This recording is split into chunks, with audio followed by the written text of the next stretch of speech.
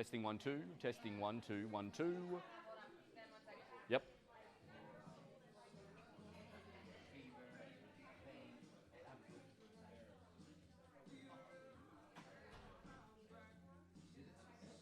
My AirPods are not connected. Hold on.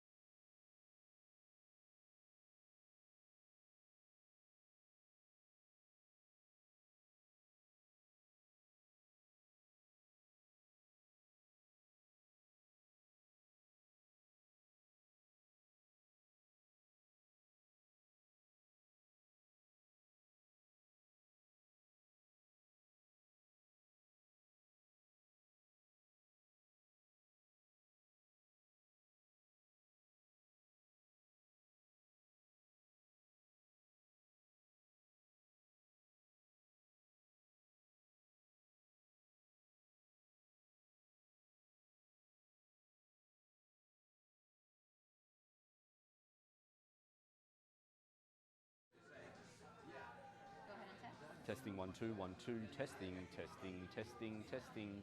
Testing, testing, testing, testing, testing, testing. Will you walk to the front side? Testing, yep.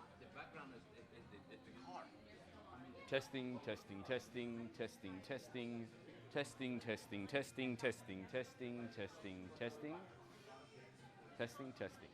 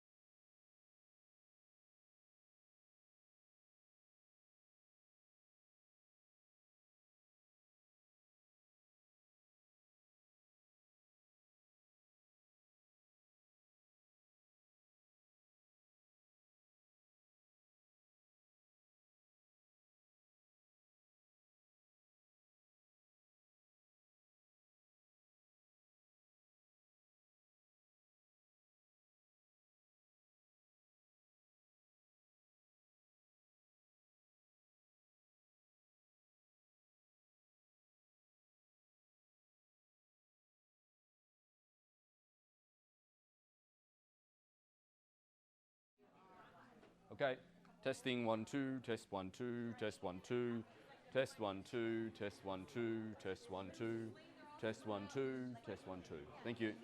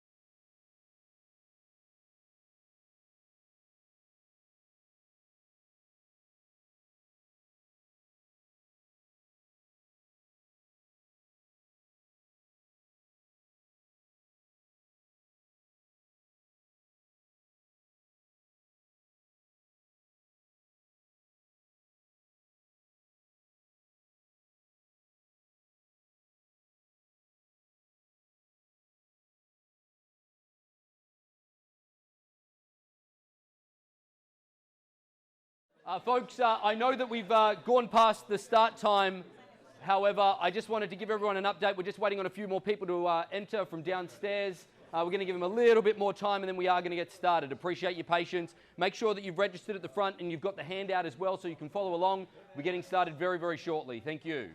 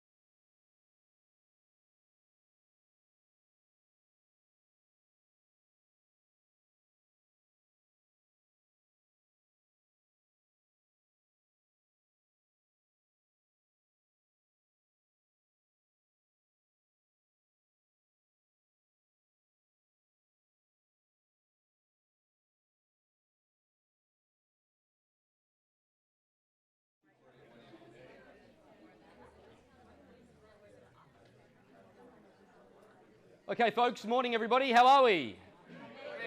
Come on. I don't want to sound like the cliche person at the front of the room, but a little bit more energy, please. How are we? How are we doing, everyone? Yeah, there we go. There you go. That's right. Perfect. Claude, why'd you move from the front, mate? Oh, okay, right, no problems. All right, good. Just to take notes, right? Okay, no, it's fine. I just already putting somebody off at the front. You know, it's not very good for my enthusiasm in the morning. Guys, welcome to Kickstart. You can remember last year when we did the expired listings. A lot of familiar faces in the room from last year. Not to mention all of our Harcourts event as well. But also we wanted to make sure that we just continued on the legacy of starting off the new year with a new tool that you can use in order to generate more business for you. Today's session, to give you a bit of an understanding of the agenda, I'll go through the items in a second, but we've started a little bit later. However, we just wanted to make sure that we had enough time. We've actually gone down to Zusa this morning down in San Diego. When I say we, Heidi has, and got our listing packs that have just hot off the press from being printed. So she's going to bring those up outside for you guys to look through in the break when we have one. So today's agenda, guys, I should spend about 45 minutes to about an hour, depending on questions, running through our new listing pack and just getting you guys ready for the listing process of listing an auction in 2020. And then I'm going to hand it over to Jason, who will also have Maddox Shripich from down in the Carlsbad office, who's going to be going through guaranteeing offers and also buyers, or bidders rather, I should say, for auction day. So that's the session that we'll be running after a very short break for 15 minutes, which will run for about 45 minutes, guys. So I shouldn't expect that this will take any longer than about 2 hours for you today, with a little bit of a break. So we'll have you out of here quite quickly, but while hopefully retaining as much information as we possibly can give you today. So take you through a little bit more of the agenda. So welcome. There you go. Okay, I've already done that. Why doesn't everyone use auction? We'll talk about that today. We'll get that out in the open and we'll have a bit of a conversation. I'll give you my point of view of why I don't believe some people use auction as well. So to try and just eradicate that from certainly mindsets, but also to give you the tools in order to combat it. What listing presentation are you doing? Folks, there's not just one listing presentation. You know, I thought doing real estate in Australia for as long as I did that there was just one where you offer both auction and traditional, but that you've got to be situationally aware to the people that you are pitching to.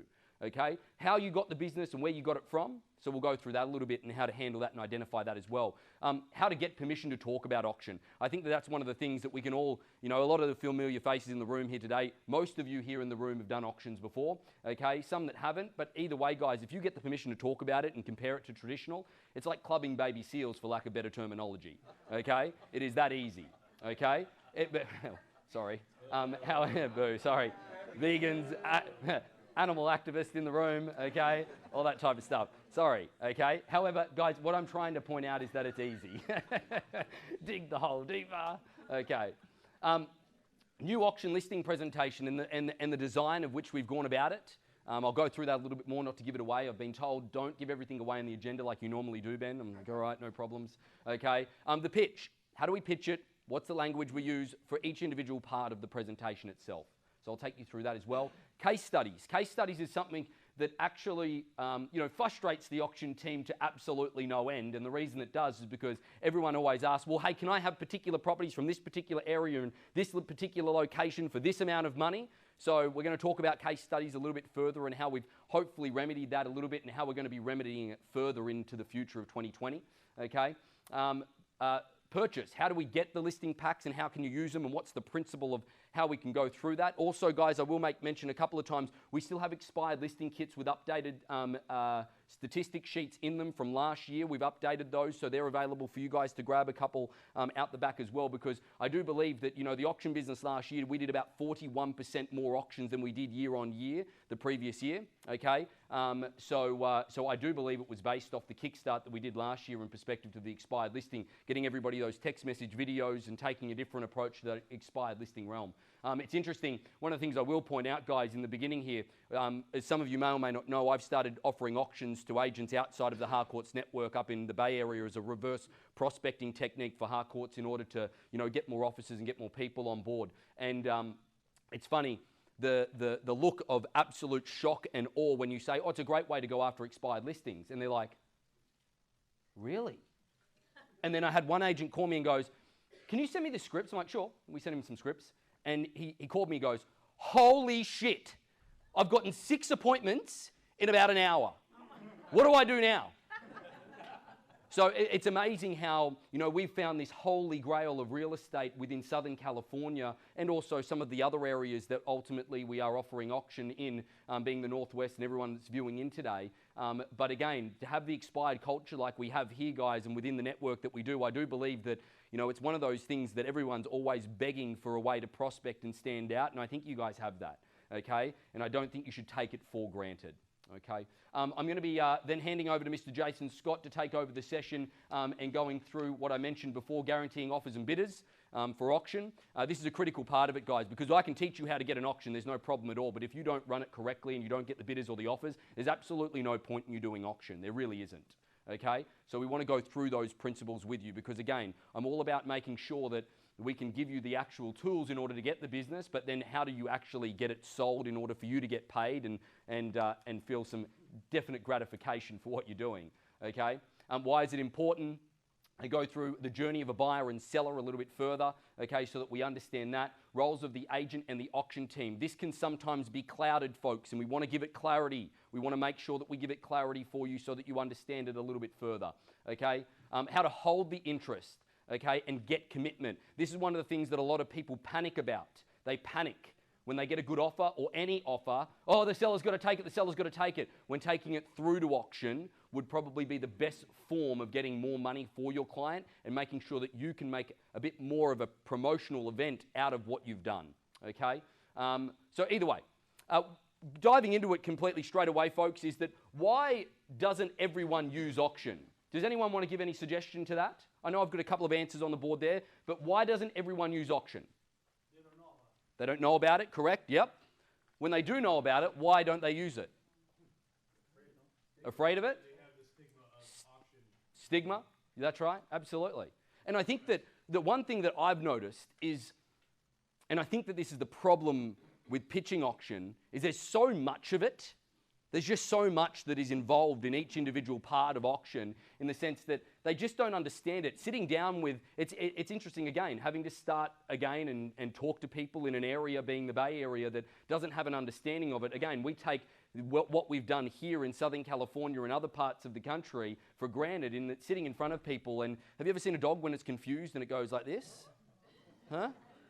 I guarantee you I do about 4 or 5 meetings a week like that at the moment, okay?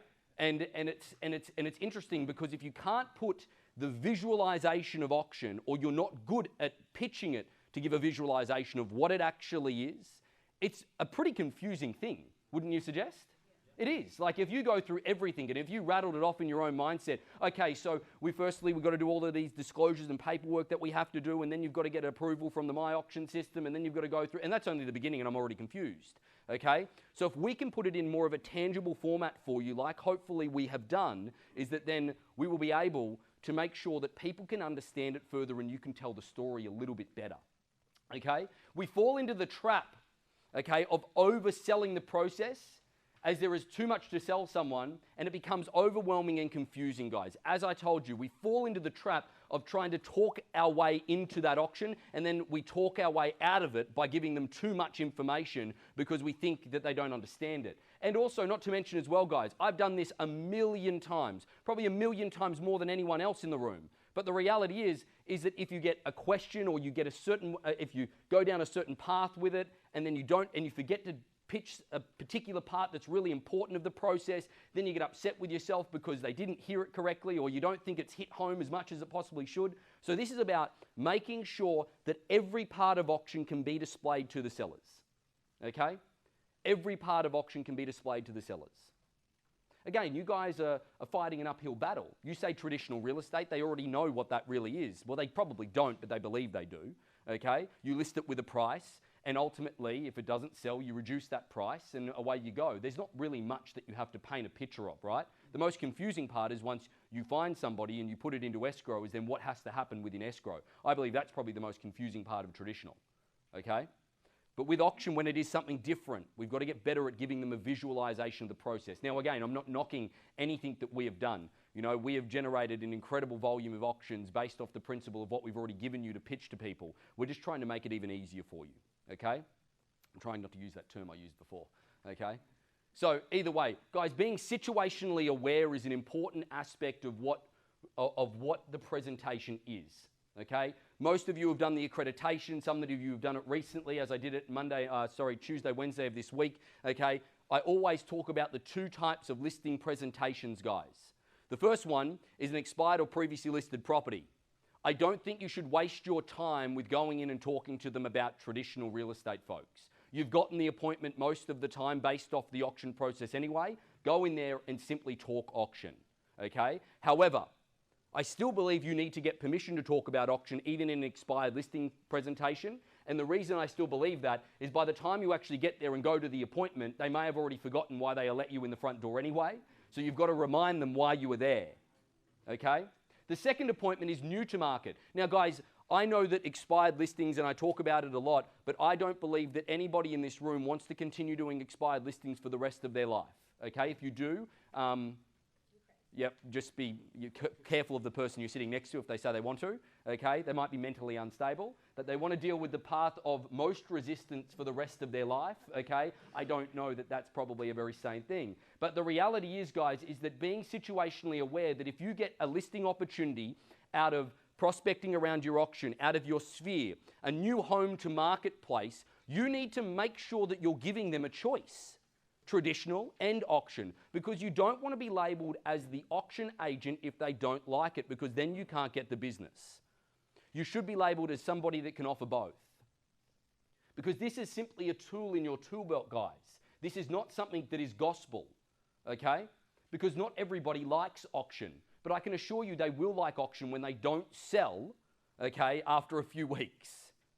This is your opportunity, and it's still something that I'm absolutely amazed with now coming up to our 6th year of being in the US, 5 years of doing auctions, is the fact that our competition is still just offering one opportunity to sell their real estate, where you guys can offer a myriad of options, okay? And I'll talk about that a little bit further. So getting the permission to talk about auction, guys. And can anybody finish this off for me? Listing presentation agenda. Does anybody remember what it is? Oh, great. It's really sunk in over the last few years. Thanks. Shit. Okay. Price, method, marketing, fees, comfortable, confident. Does that ring a bell at all? Okay, good. Thank you. All right. Price, method, marketing, fees, and guys, comfortable, confident. So guys, if we were to talk about doing the agenda when it comes to real estate, this is your opportunity to get the permission to talk about auction. Your opportunity to get the permission to talk about auction.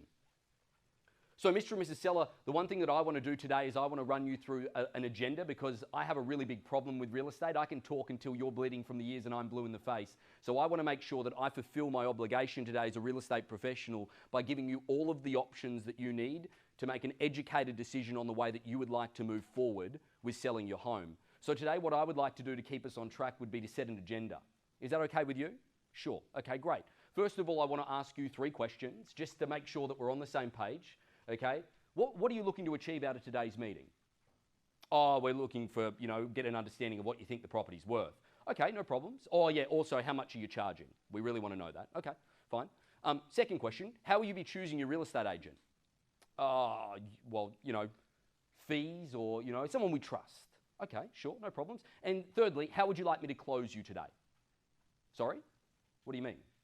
Well, Mr. and Mrs. Seller, the reason that I asked the question how you would like to basically close off the meeting today is because in real estate, in any sales really, you've been taught to close somebody on the spot. And the reason you want to close somebody on the spot is because of a lack of depth in your offering most of the time, or an insecurity in your own ability to be the best person for the business. Today, what I want to do is to prevent any awkwardness at the end of our meeting. I would really like to just set forth right now how you would like to close the meeting off. I'm going to suggest that you sleep on the decision that you want to make. And the reason I suggest that is because if I'm good enough at the end of this meeting, sleeping on the decision, I should be good enough tomorrow as well. And it means that you're eternally comfortable with the way that you would like to move forward. I'm not going to ask you to sign a piece of paper at the end of this if you don't feel comfortable with that. So guys, first of all, these are the 3 questions that set up a little bit of a point of difference for you, okay? Some of you may or may not ever heard that before, okay? And if you're listening to the podcast, you would have, because we did an episode on it recently. But the question that I ask, how would you like me to close you today? And I ask it at the very beginning of the listing presentation. Why do I ask it?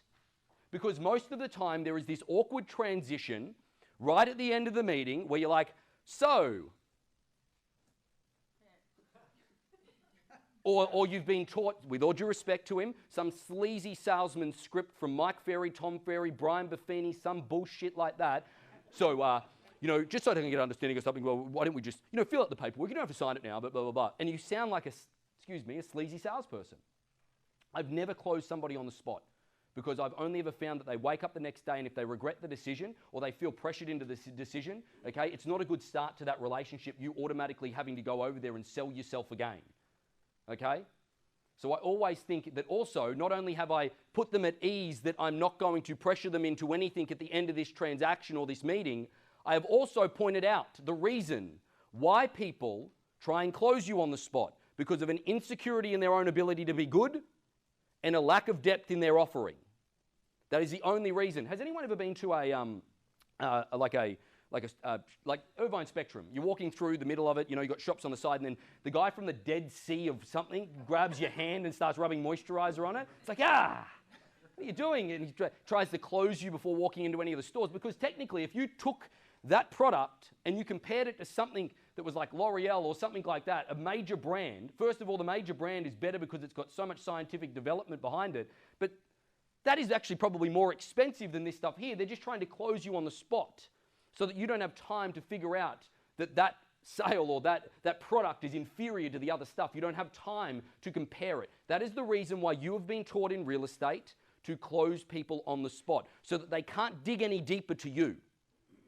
Because if they started to dig deeper to some of the competition that you have, they'd find out that they're about as shallow as a puddle, or as deep as a puddle, I should say. Okay? So guys, there's some philosophy behind setting the appointment up correctly, getting to the point of getting the permission to talk about auction. Okay? Price is the first thing that I've always brought up in the agenda, and the other thing that I've always done is made sure I get price out of a seller before I go.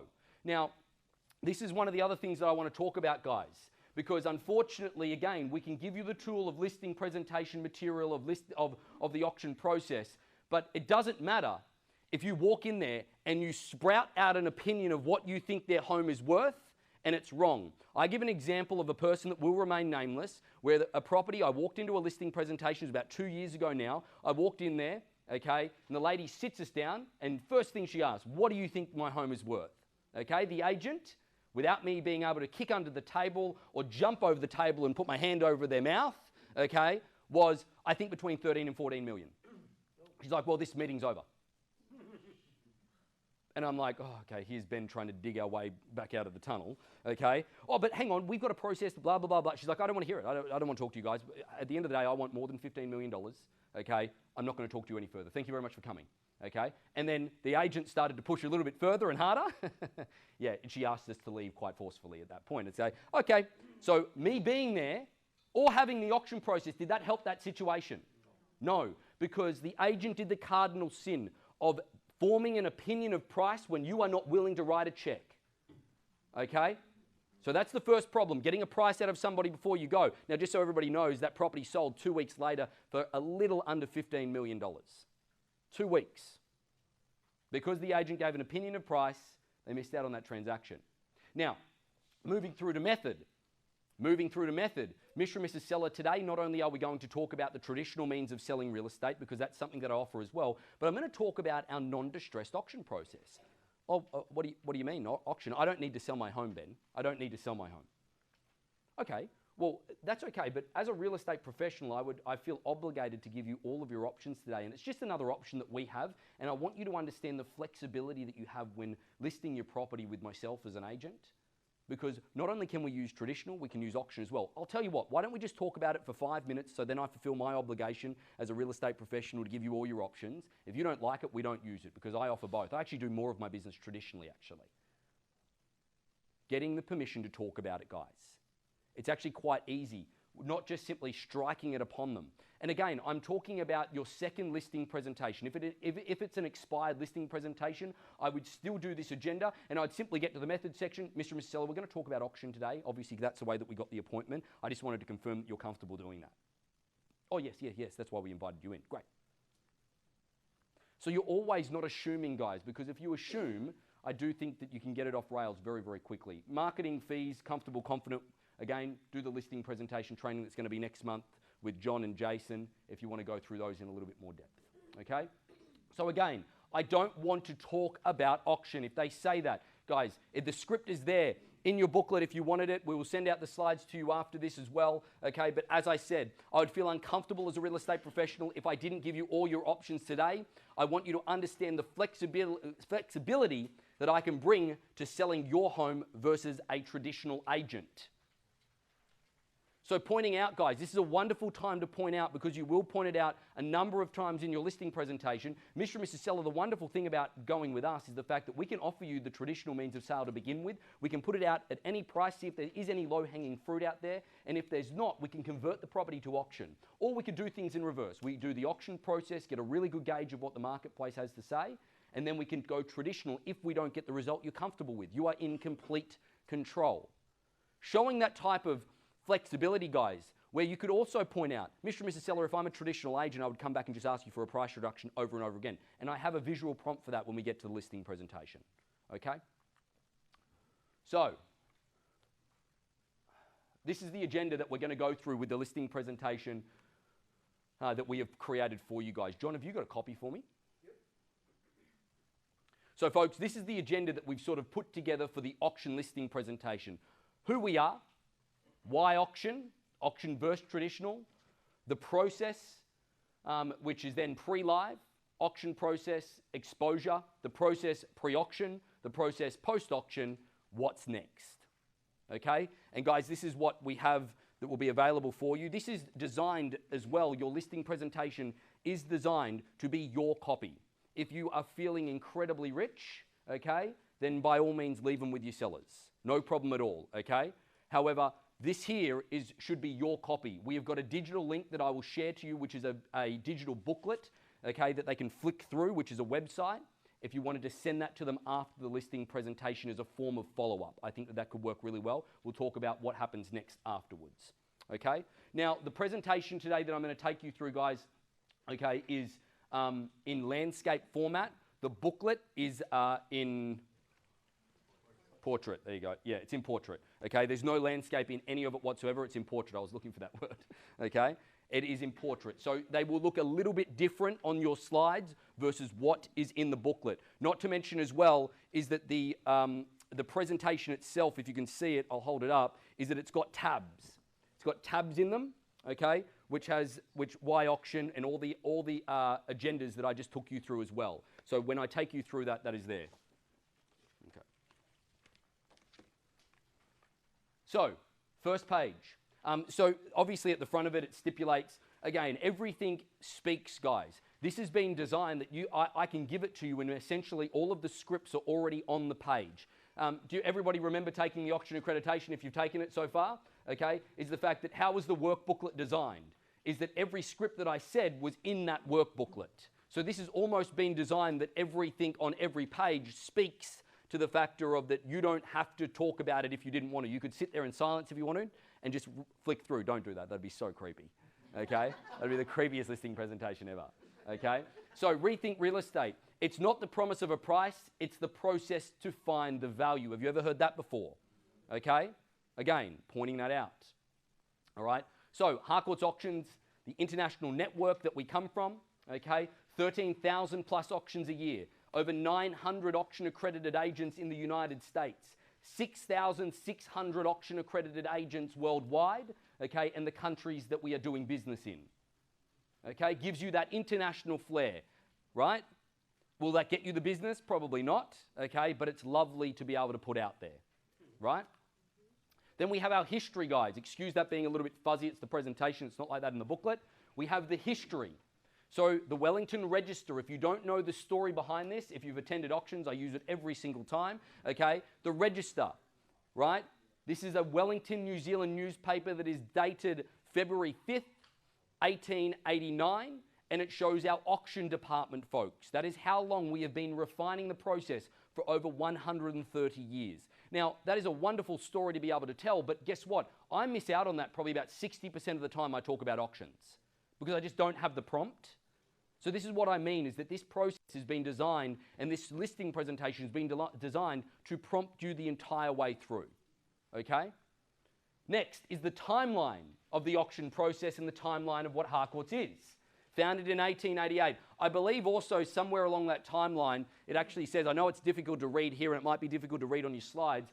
However, someone tried to kill someone at an auction. I think I left that in there. Yeah. Yeah. Yeah. So either way, guys, this is a little bit of a foundational timeline of how long we've been doing this. When we entered the US, what we've been doing since then as well, and the added technologies that we've added along the way as we develop the process. Everybody, who was here when we first started doing auctions about 5 years ago? There's a few of you, Bobby. It's vastly different then to what it is now, right? Yeah, that's right. Keep refining. That's right. Perfect way of putting it. But guys, we want to tell that journey as well, because we haven't just simply brought a process here and adapted it to the US and stayed stale. We've continued to adapt it as we move forward in order to be relevant for future technology, for future marketplaces, all of those different things. Okay? We tell the story now as we go from being international in our history to then going to more local. Where are we conducting auctions at the moment? Okay? Southern California, Northern California, Nevada, Oregon, Washington, Hawaii, up into Canada as well, who's viewing in today. All of the officers are viewing in today, guys, in the live stream. But either way, that gives us a bit more of a visual to having the west coast of North America pretty covered. Okay?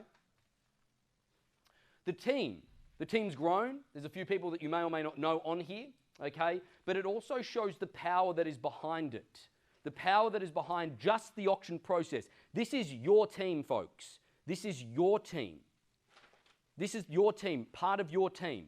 So you can say that now my team consists of, okay?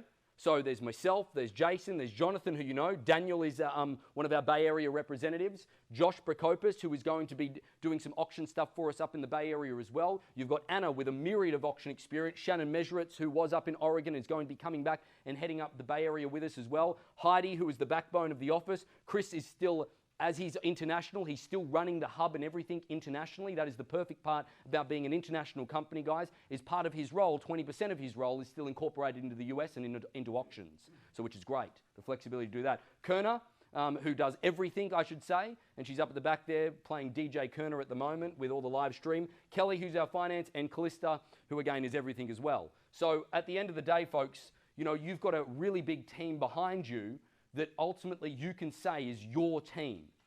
Okay? Does that make sense? So why auction? We move into that section, which is, again, a tab in your listing pack. So everybody knows what this is, right? This is pretty much all we have given you over the past 5 years in order to pitch auction. And I've shown you how to pitch auction from the statistics sheet. It looks a little bit different. We've made sure that we've incorporated all of our locations, into it. But guys, when this comes up, this is just a portion or a part for you to say, Mr. and Mrs. Seller, today what I just wanted to show you quickly is an overview of the statistics. We're going to go and break down each individual section of this as we move into explaining the auction process, okay? However, okay, I wanted to just give you an understanding that I believe when I use the word auction, most people get a little bit, ooh, auction. It doesn't have the greatest reputation, but I just wanted to show you some evidence to defeat disbelief. Some evidence to defeat disbelief in the factor of what we have done so far, okay? So then we break it down, understanding your clearance rate. So folks, if any of you can remember us pitching the auction sheet, okay, because that's something that we do podcasts on. Jason and I have got a separate one there. I do it every single time that you do the accreditation as well, right? Is that pitching the statistics sheet, usually we go through the clearance rates and showing them that it's a 3-phase process. And then we go through and we compare what traditional to what auction is.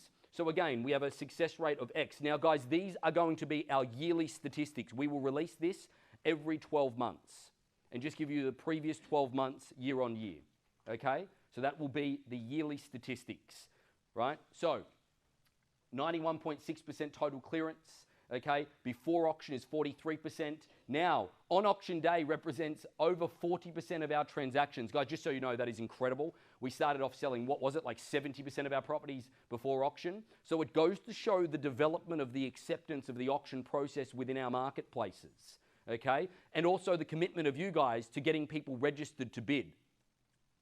Because it is important, our live auction events, because that's what makes it not a gimmick. No one else does them, We've got lots and lots of copycats out there, but no one else has the infrastructure or the people to do it. Okay? Then if they started doing it, they wouldn't be live streaming them. So we could say, oh, that's the old way of doing things anyway. Okay? So either way, guys, then comparing your auctions with a 91.6% success rate to what traditional clearance rates are. So guys, this is the next slide over. In 2008, the marketplace was arguably at its worst, roughly around there, maybe a little bit give or take. So you had the worst market being there is 0 list to sale ratio, or maybe a small list to sale ratio. Then you have a good marketplace, 2018, 50%. Now to give you an example, guys, I've had to get to know the Bay Area incredibly well, and that I believe is the best real estate marketplace in the world, not only the United States, it has to be the world. I've never seen anything like it. It is unbelievable, right? This piece of crap home in the middle of nowhere with 12 offers, unbelievable, right? And then selling for $1.7 million when I wouldn't even walk into it, okay? So, but also you compare the entire Bay Area, their best that they ever got to was a 60% list to sell ratio. 60%, and is the best marketplace, I believe, arguably in the world. A 60% list to sale ratio. And remember, we have a 91.6%. Now, yes, we're not selling every property in the area, but if you compared it and you stipulated it to the sellers, now obviously there's some information there that I'll allow you guys to go through. However, if you stipulated to the sellers, Mr. and Mrs. Seller, what would you choose? A 91.6% likelihood of selling here, okay? Or would you choose a 50% likelihood at the best possible case? Which one would you choose? Because Mr. and Mrs. Seller, there is X amount of a percentage, and you should know your local area statistics at that point, okay, that if you list with one agent, okay, you won't sell with them, you only have this much of a likelihood of doing so. I think that is incredibly powerful. How many of us do it in our listing presentations? Maybe some of you do, okay, but I do think it's neglected. Again, why is it neglected? Because there's not a prompt to do it, okay? So we talk about total clearance, we compare them again, 91.6 to say 30 to 50% if we're absolutely loving it. Southern California's best marketplace a number of years ago was La Jolla, and the best that got to was 53% list to sale ratio, okay? So we are gonna fluctuate between 30 and 50% in any real marketplace wherever you are if you take the mass numbers. I'm not talking about taking a small community of 100 properties, guys. I'm talking about taking the area, okay? And that's what we do on a generalized perspective, all right? We talk about the types of properties then. The types of properties. We keep the clearance rate there. We talk about our 51% strike rate, 51% of our properties being previously exposed to the marketplace. Now, this is where you have to be situationally aware even further. I would not point out the expireds as much if it is a brand new home to marketplace, okay? But what I would do, I would still point out the factor. Mr. and Mrs. Seller, I want you to understand something. I know your home hasn't previously been on the marketplace. However, we still have a 91.6% success rate, even though 51% of the times we've had to go in there and undo the mess that the other agent has created. I'm incredibly proud of that. That's what I say every time. I'm incredibly proud of what we've achieved. Because getting a home the second time round, folks, if something doesn't sell, there's an issue, right? Seller's expectation, location, property, whatever it may be. You are dealing in the toughest situations. Hence the reason I do believe that we are geared for any type of market change, because we have been dealing in the hardest possible cases for as long as I can remember now, okay, which are the expired listings. We are ready for any type of market shift. I don't think it will affect our group whatsoever, okay? The types of property also, 93% being primary residence that people live in and investment properties, okay? Auction versus traditional. This is where it gets a little bit different, a little bit new to prompt you even further. We talk about the traditional list price now, the comparisons and how it works. Comparison 1, $990. Comparison 2, $1,030,000. Comparison 3, $980. So what do we allow our sellers to do then? We allow them to list it at a higher amount. The statistics state that between 8 and 10% above is where a property typically is listed from where it actually ends up selling. So in this situation, we've used roughly 8%, a little bit under, So we allow the list price of $1,079,000 on that property. The traditional agent, we can always start high and then reduce the price. What can you say as an auction agent? We can always start high, see if there is any low-hanging fruit, then instead of reducing the price, appeal to a different marketplace through changing to auction. Okay? An agent's opinion of price doesn't matter because they are not willing to write a check. Again, that prompt in there that you can use to show the sellers that whilst we can have an educated opinion, Mr. and Mrs. Seller, because we're not willing to write a check, I don't want to insult your intelligence by promising you this now just to not deliver it later. Okay? Then we go through the traditional real estate cycle, folks. Okay? This is something that I've found is one of the most powerful things in a listing presentation that you can point out to a seller. One of the most powerful things that you can point out to a seller. Mr. and Mrs. Seller, we allow you to list the property at $1,079,000, and then on average between 4 and 6 weeks is the average price reduction in the marketplace if we were to do traditional. At $1,079,000, let's say that we take 4 weeks, say that we're being efficient, and then we reduce the price. The first reduction of price is usually the smallest reduction of price because we're typically just worried to insult you, so to speak, and just say, hey, we just need a little bit of a jump in the marketplace, a few more eyeballs on it, just to reinvigorate the property, okay? So then we do a small price reduction. It's not very much. It doesn't really do much for the property itself. We then wait another 4 to 6 weeks in order to do another price reduction, and we do drop it a little bit more at that time because we're still skeptical to think, hey, it's only been on the marketplace a short while under the average days on market. And then our third price reduction, and 3 price reductions is the average price reductions in the state of California for a property, is the third price reduction is the biggest, but by then it's absolutely too late. There is too much blood in the water. The property has a poor reputation. We end up having to negotiate further. We get an offer on the property of $950. We then have to renegotiate an escrow because the buyer knows that they hold all of the keys to the kingdom in that sense. In the negotiation, we end up selling for $940,000 and ultimately a loss of $139,000 in a traditional sense. Now, guys, what I've just said is obviously framed up in all of this. I'm not going to read it to you, but everything I've said there is there and it's prompted for you, okay? Your opportunity to go through it with the sellers. The next one is the timeline. This is something that I truly believe works immensely well when a seller goes, well, I want to be out of here by here or by then or by this date. And if you can paint out the worst case scenario, if things aren't as efficient as what you want them to be, is that this is the timeline. Okay, we go live. 6 weeks for a price reduction, 6 weeks for a price reduction, 6 weeks for a price reduction. Then we accept an offer and go into escrow, and it's got home inspection and finance. So the contingency removals, you've got falling out of escrow or renegotiations of the likely balances of that. 50 to 70%, okay, of a close rate if it's a traditional list sale. These are the hurdles that we have to go through. Even a traditional sale, entering escrow, possibly 21-day loan contingency, possibly as long as 21-day appraisal, possibly as long as 21-day inspection contingency, clear title, contingency removal, then close. And ultimately, the moment that the property hits the marketplace, Mr. and Mrs. Seller, it starts to scale down as a perspective of interest. Worst case scenario, 8 to 9 months as this could take you. And again, if you're being truthful, looking at average days on marketplace and the possibilities. Now, you can frame it in the perspective, Mr. and Mrs. Seller, I don't believe that we're going to need 3 price reductions. It might be just 2, okay?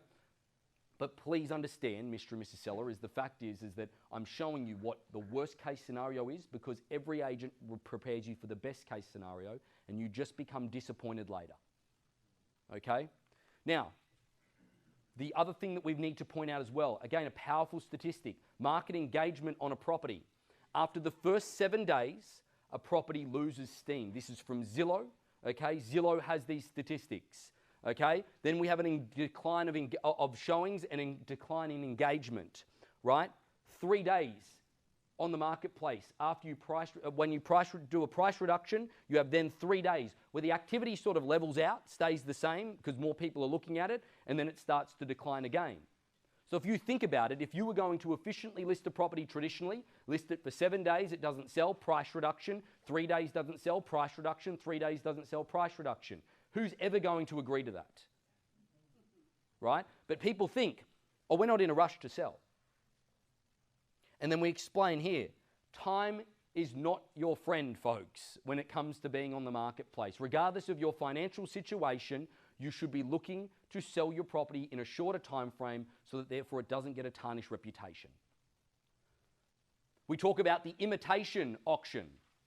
This is something that I've incorporated into the fold of things because you've got agents out there that try and do the imitation auction of just listing it low and then taking it from there, right? This creates incredible legal problems. Folks, there are so many lawsuits in the Bay Area at the moment because they are known for listing it really low and then going from there. At the moment, they're listing it really low and then the marketplace isn't getting to where they thought it would get with the sellers and the sellers are saying no. And they've got 4 or 5 offers that are over their list price. There are so many lawsuits at the moment in the Bay Area for commissions not being paid. It's everywhere. Hence the reason that we're there with a solution for them at the moment and proving that the imitation auction also, folks, one of the things that we've done several times with the auction process before, we've had multiple offers on a traditional property, okay? And then what we've done, guys, we've got 5 offers. Let's take it auction and give everybody a chance to bid in the transparent arena. We've gotten up to 15% more in situations than what they previously offered. So I break down the situation. Say, sold in 1 week, 30 parties through. This is the imitation auction, okay? List price was $800,000, sold for $980,000. These are the offers that were achieved. You know, the risks of imitation auction, uncertainty. Was the offer the best offer? This is one of the things that I put out there to you folks. People boast about selling a property in a week, okay? Boast about selling a property in 3 days. Oh, I sold my auction in 3 days. I'd say, you idiot. Why? It had that much interest on it that you couldn't hold it in order to then gain more business for yourself. Not to mention as well, did you just get the first buyer or the best buyer? Which one did you get? Because if you are truly doing the fiduciary obligation to your client, and don't feed me that bullshit if you're not, okay? Because if you sold it in 3 days, you're doing it for you. Because you want your commission check really quickly, okay? Because how is it that you could look them in the eyes and say, I got the best price for you? You don't know that. Did you get the best or the first buyer? The first one that would pay a price that they would look at accepting? Or how do you know you didn't undersell it? See, this is one of the things that again, you get that head tilt dealing with new agents up in the Bay Area. They're like, oh, I sold my property in like 4 days and, you know, we got this much over list price. Great, did you get the best buyer for it? Oh, of course we did. How do you know you didn't undersell it though? Huh? You don't know that. And that's why we get away with it. And that's why we have gotten away with it for as long as we get away with it until someone starts pointing it out. Okay? Not to mention all of the other legal issues that then come into contact with it. No transparency. They don't. Is there really another offer that's paying that much money? Okay, technically you can't disclose what the other offer is, but I know some agents do. But then buyers are then restricted in the sense of, you are a real estate agent after all, guys. I'm a real estate agent. You are not the most trusted commodity in the world, okay? And you tell them, no, you've got to pay more money, there's another offer. Well, how much more do I have to pay? Wouldn't it just be easier taking it to auction? Then not to mention, included into the factors as well, are you representing a buyer? Transparency isn't something that we value here in Southern California. The reason we don't is because we don't get huge properties with multiple offers on them. We don't get that 10 or 15 multiple offers. I had people almost in tears in the Bay Area with our first 2 auctions up there when we said, no guys, we're going to take this through to auction. You are going to get a chance to see what other people are offering. I had a lady tear up. Really? We'll get the final say? Because we've missed out on 10 homes already. No, it's something that we can use not only from a perspective of buyers as well, but also to show the sellers the marketplace. We sold a property at auction yesterday for Kathy and Brenna for $960,000, right? We had it agreed to before the auction. The seller's like, yes, I'll take that before auction, no problems. But I stood up here and said, well, ladies and gentlemen, we've got an offer agreed to at $960,000. If I don't receive another bid or offer, I'm going to call it through, ladies and gentlemen. Is there any further bid, any further offer? If we don't receive anything further online or in the room, we will sell the property at $960,000 first time, second time, third and final chance. Now, we did that not only to create a show and congratulate the ladies on a great job done, but also the seller now has peace of mind. There was no one else out there willing to pay a cent more. And that is a really big argument in a transaction. We look at the comparison of an auction property, bidding to start at $800. We get a myriad more offers because of that word auction. Okay? There is no risk to the sellers in that situation as well. Right? And therefore, we get more money because they can see and feel and look at what other people are paying. Again, getting that percentage more. Again, we've had up to 15 to 18% more in those situations. Okay? So then we look at the auction timeline in comparison to the traditional timeline, right? You look at our average days on marketplace, which is 38 days on market. We go live. We accept escrow. There's not as many contingencies or anything of that nature that go through it because we can clean the offer up a lot more and it closes a lot quicker. Guys, if we were to look at that and you were to flip back and compare that to that timeline, which one looks more attractive? We are pointing out the defects within the traditional sale. And this is important because I don't believe we can articulate it as well when there isn't the visualization. Does that make sense so far? Yep? Okay. We talk about gathering interest. Okay? Do you want to get the first buyer or the best buyer? Okay? Bid 1, bid 2, bid 3, reserve, and a negotiation up. We talk about traditional versus auction from a visual perspective. Do you have one line in the water, catching one fish and catching the first one that bites? Or do you cast the net and gather all the interest and then pick and choose what you want? And better visualization for them. Okay? We now talk about the process. We break the process down. Okay? We break the process down. So, this is the painting of a picture of the auction process and the team that is involved in that process. Okay? Pre-auction, okay, pre-live, pre-auction, auction day, post-auction. We break down the success rates of those and then we break each individual section of that down. So the process, pre-live, okay? We talk about what it involves. We talk about the team that is involved in the pre-live, a visualization, okay? We then talk about the calendar of pre-live, what it looks like, the timeline. This is something that a lot of us struggle to certainly articulate. I still believe the calendar of sale is one of the best things that you can use in a listing presentation because auction provides you with the ability to pitch the accountability that you guys will be under. The accountability that you will be under. In traditional, if someone said, how much accountability are you under? Could you show them? Would this calendar be as impressive? The answer is no, unless you were to make up shit. Sorry, technical term, okay? We talk about the campaign process and the service standards. These are the minimum standards, folks, about all disclosures being provided. A minimum of 2.5% provided to the buyer's agent, okay? The documentation being on the MLS, okay? All of the things, the open houses, this is the service standard that you can run through as well on those dot points. The auction administration fee, constantly we're getting asked about what do they get for the administration fee. So, here's a list of what they get for that administration fee. Okay? Just so you know, is that Harcourts pays $250 for an administration. If you were doing auctions in the Bay Area, you pay $1,000. Okay? So you guys have been grandfathered in at a good rate. Okay? We talk about what the fee is as well. Right? We talk about, okay, the auction listing fee, with the result of the sale, where it is paid, when it is paid, and being transparent about that fee from an administrational perspective. We talk about the agent and auction team's involvement. The auction team predominantly deals in the fact. The agent predominantly deals in the emotion of where the property is, what it is, all of the information from that perspective. And guys, this is a really good portion of what I explain it here, is that one of the things that I realized only about 12 months ago, when Erica left, right? We were looking at replacing the marketing person and talking about a job for marketing, and it's sort of like, and comparing it with real estate, is that when you hire somebody in real estate, you're not hiring to just sell homes. You're hiring them to do so much stuff. When I hire a marketing person, I expect they know how to do InDesign and they know how to make stuff look nice, right? It's pretty simple, the marketing job, right? It's just one lane. There are 50 hats that you have to wear as a real estate agent, all the way from marketing to, you know, a therapist to all of the different things, okay, that you end up being. But unfortunately, in a real estate transaction, the first 30 hats that you have to wear contradict the last 20 that have to happen in perspective of giving seller an education on the marketplace, pushing the offers and negotiating further. All of those emotional ties that you've put on with the hats that you've put on in the first 30 hats that you've worn really contradict the following 20. And people don't understand that. Real estate, I truly believe, is the most inefficient process ever. You think about it, okay? And I'm not saying that this is you, or I'm not pointing anyone out, but you are essentially begging a seller for their listing.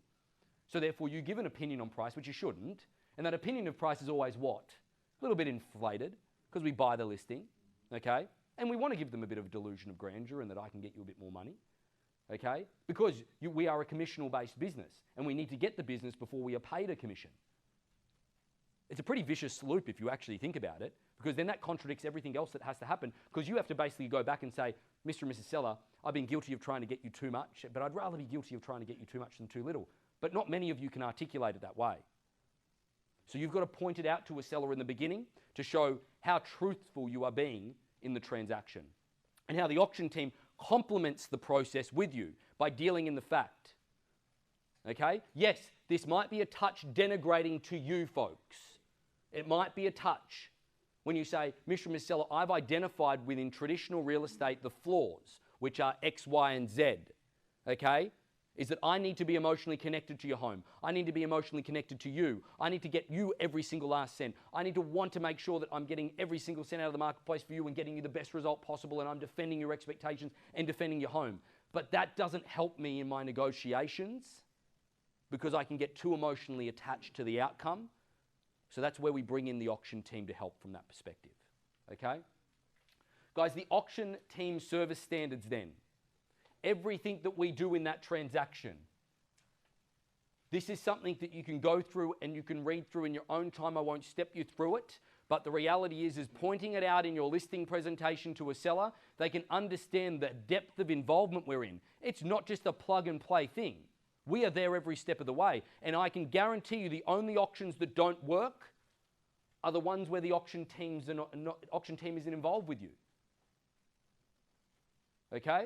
Again, we're going through this with the newer agents up in the Bay Area. I've got a guy who does $2 million in GCI at the moment, who is an absolute control freak, okay, who's just realized it's not going to work if he, okay, continues to try and be in control.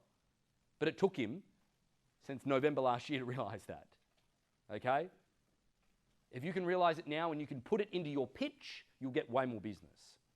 My auction, okay, a lot of you still probably don't know what it does, okay? However, my auction, folks, is going to be the backbone of everything that we create in the future. This is our auction hub, okay? My auction is the back end, and showing the sellers, this isn't, hey, do you need to go into this in depth with the seller? No, they don't give a shit. They don't care, okay? But to show them that we have built a system that costs hundreds of thousands of dollars to make our process more efficient in the back end shows the depth of your offering again and the people that you're involved with. It adds to your arsenal, guys, okay? Going through the disclosures. Again, these are relevant for some properties and relevant for some areas and so on and so forth. This is an example of California, okay? We obviously have examples of the other states as well, okay? And giving them that knowledge. Talking about the auction box and what they achieve. This is something that I neglect to explain in my listing presentation as well because I forget. Not to mention as well, oh, we get this box. They're like, what's a box? What's in it? Okay? You know, like, guys, going through and putting all, like showing them, we build all of this stuff and then it all goes into the auction box. It's all downloadable online through the auction website, but it also is displayed at your open houses as well. Showing the professionalism that you will go to. Does anyone dive into that example in the listing presentation? Well done if you do, because I forget. I really do. This is also the My Auction system as well, guys. Now, some people complain that there is too much communication from it, okay? But the reality is that the My Auction system also can provide peace of mind to the sellers, being a communication platform that holds the agent and the sellers very up to date with what needs to happen with the process, but it also what's happening with the process from a seller's perspective. So for example, the agent, when every time, you know, it goes through, okay, day one after the property is booked, okay, it sends you this. When the property is active, it sends you this. When after your first open house, gives you the blueprint to success and follows up with the scripts and everything of that nature. Again, a really important point that the auction process can keep us accountable even further, Mr. and Mrs. Seller. You don't have to rely on just me keeping myself accountable, which I'm very good at. There is an added layer of safety when selling your largest asset. Not to mention communication is key for us in order for you to understand exactly what is happening with your home. This is the level of communication that you will get from the system. Okay?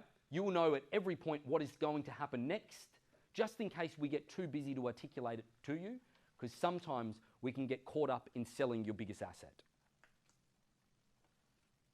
Just another form of communication to make your job a little bit easier, guys. Okay? Then we talk about the communication flow of my auction and the emails even further, what the emails look like on your phone and also on the computer.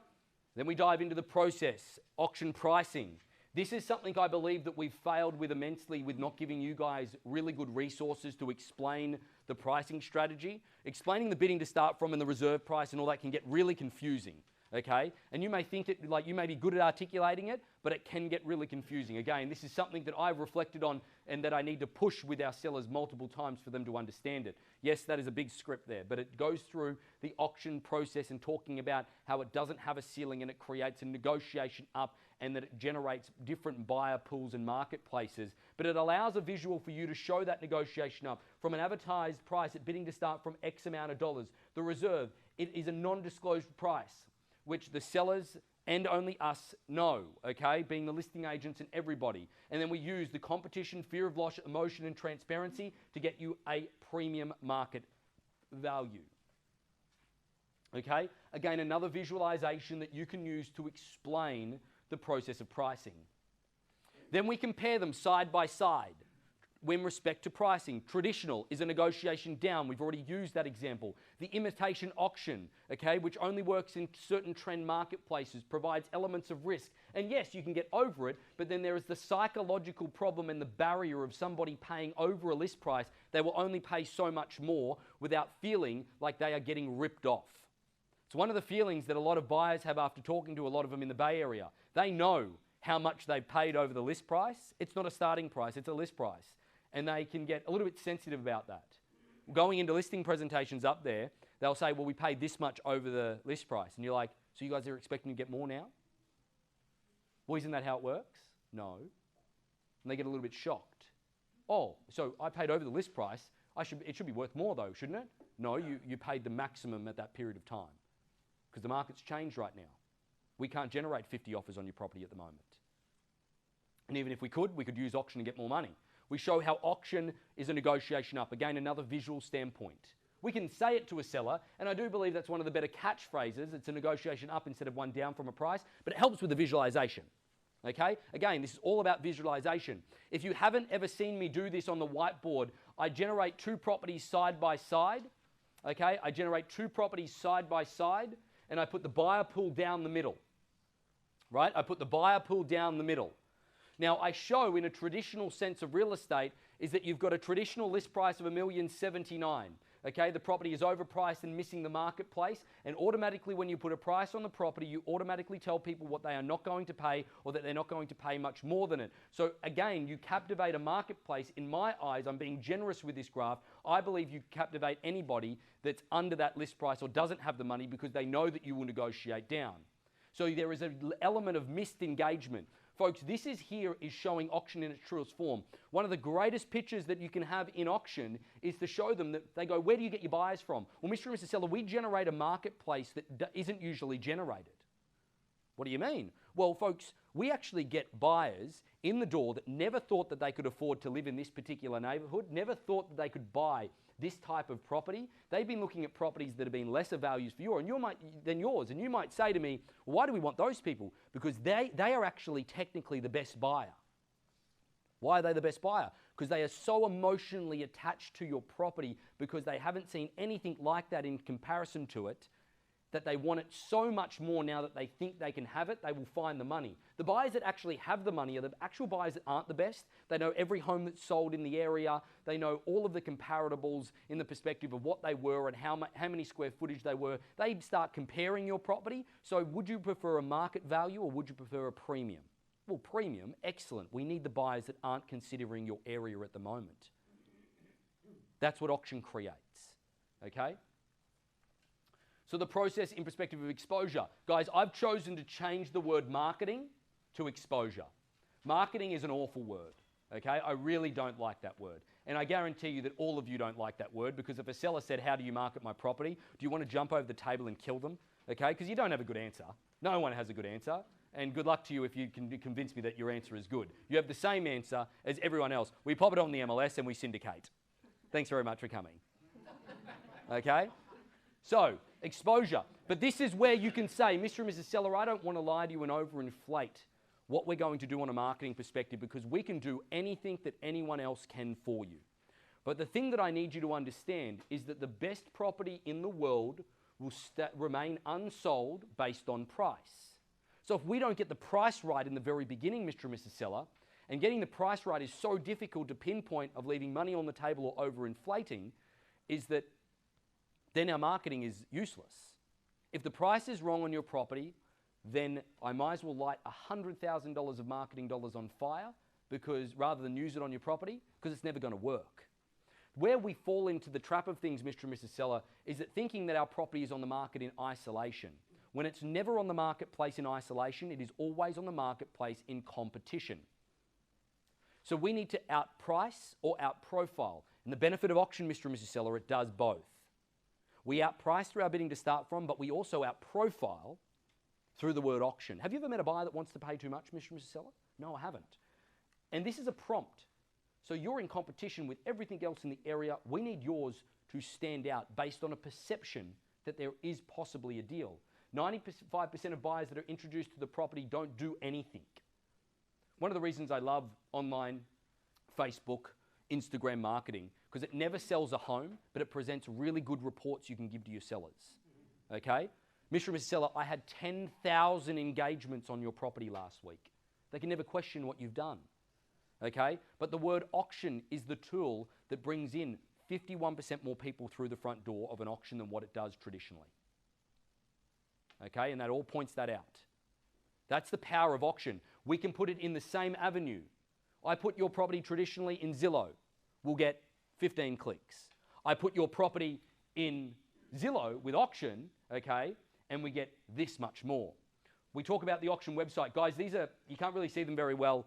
Our website in the next couple of weeks is going through a complete redo, okay, and we'll be launching that. It looks tremendous. I don't want to oversell it in the beginning, but again, we've redone everything on the website. But this is just an opportunity for you guys to show them our auction website, because no other real website captivates activity, people that are interested, because they have to go and download the disclosures, and explaining to the seller they have to go download the disclosures, and then you guys get an email prompt that they have been interested.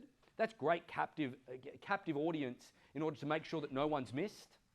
Okay?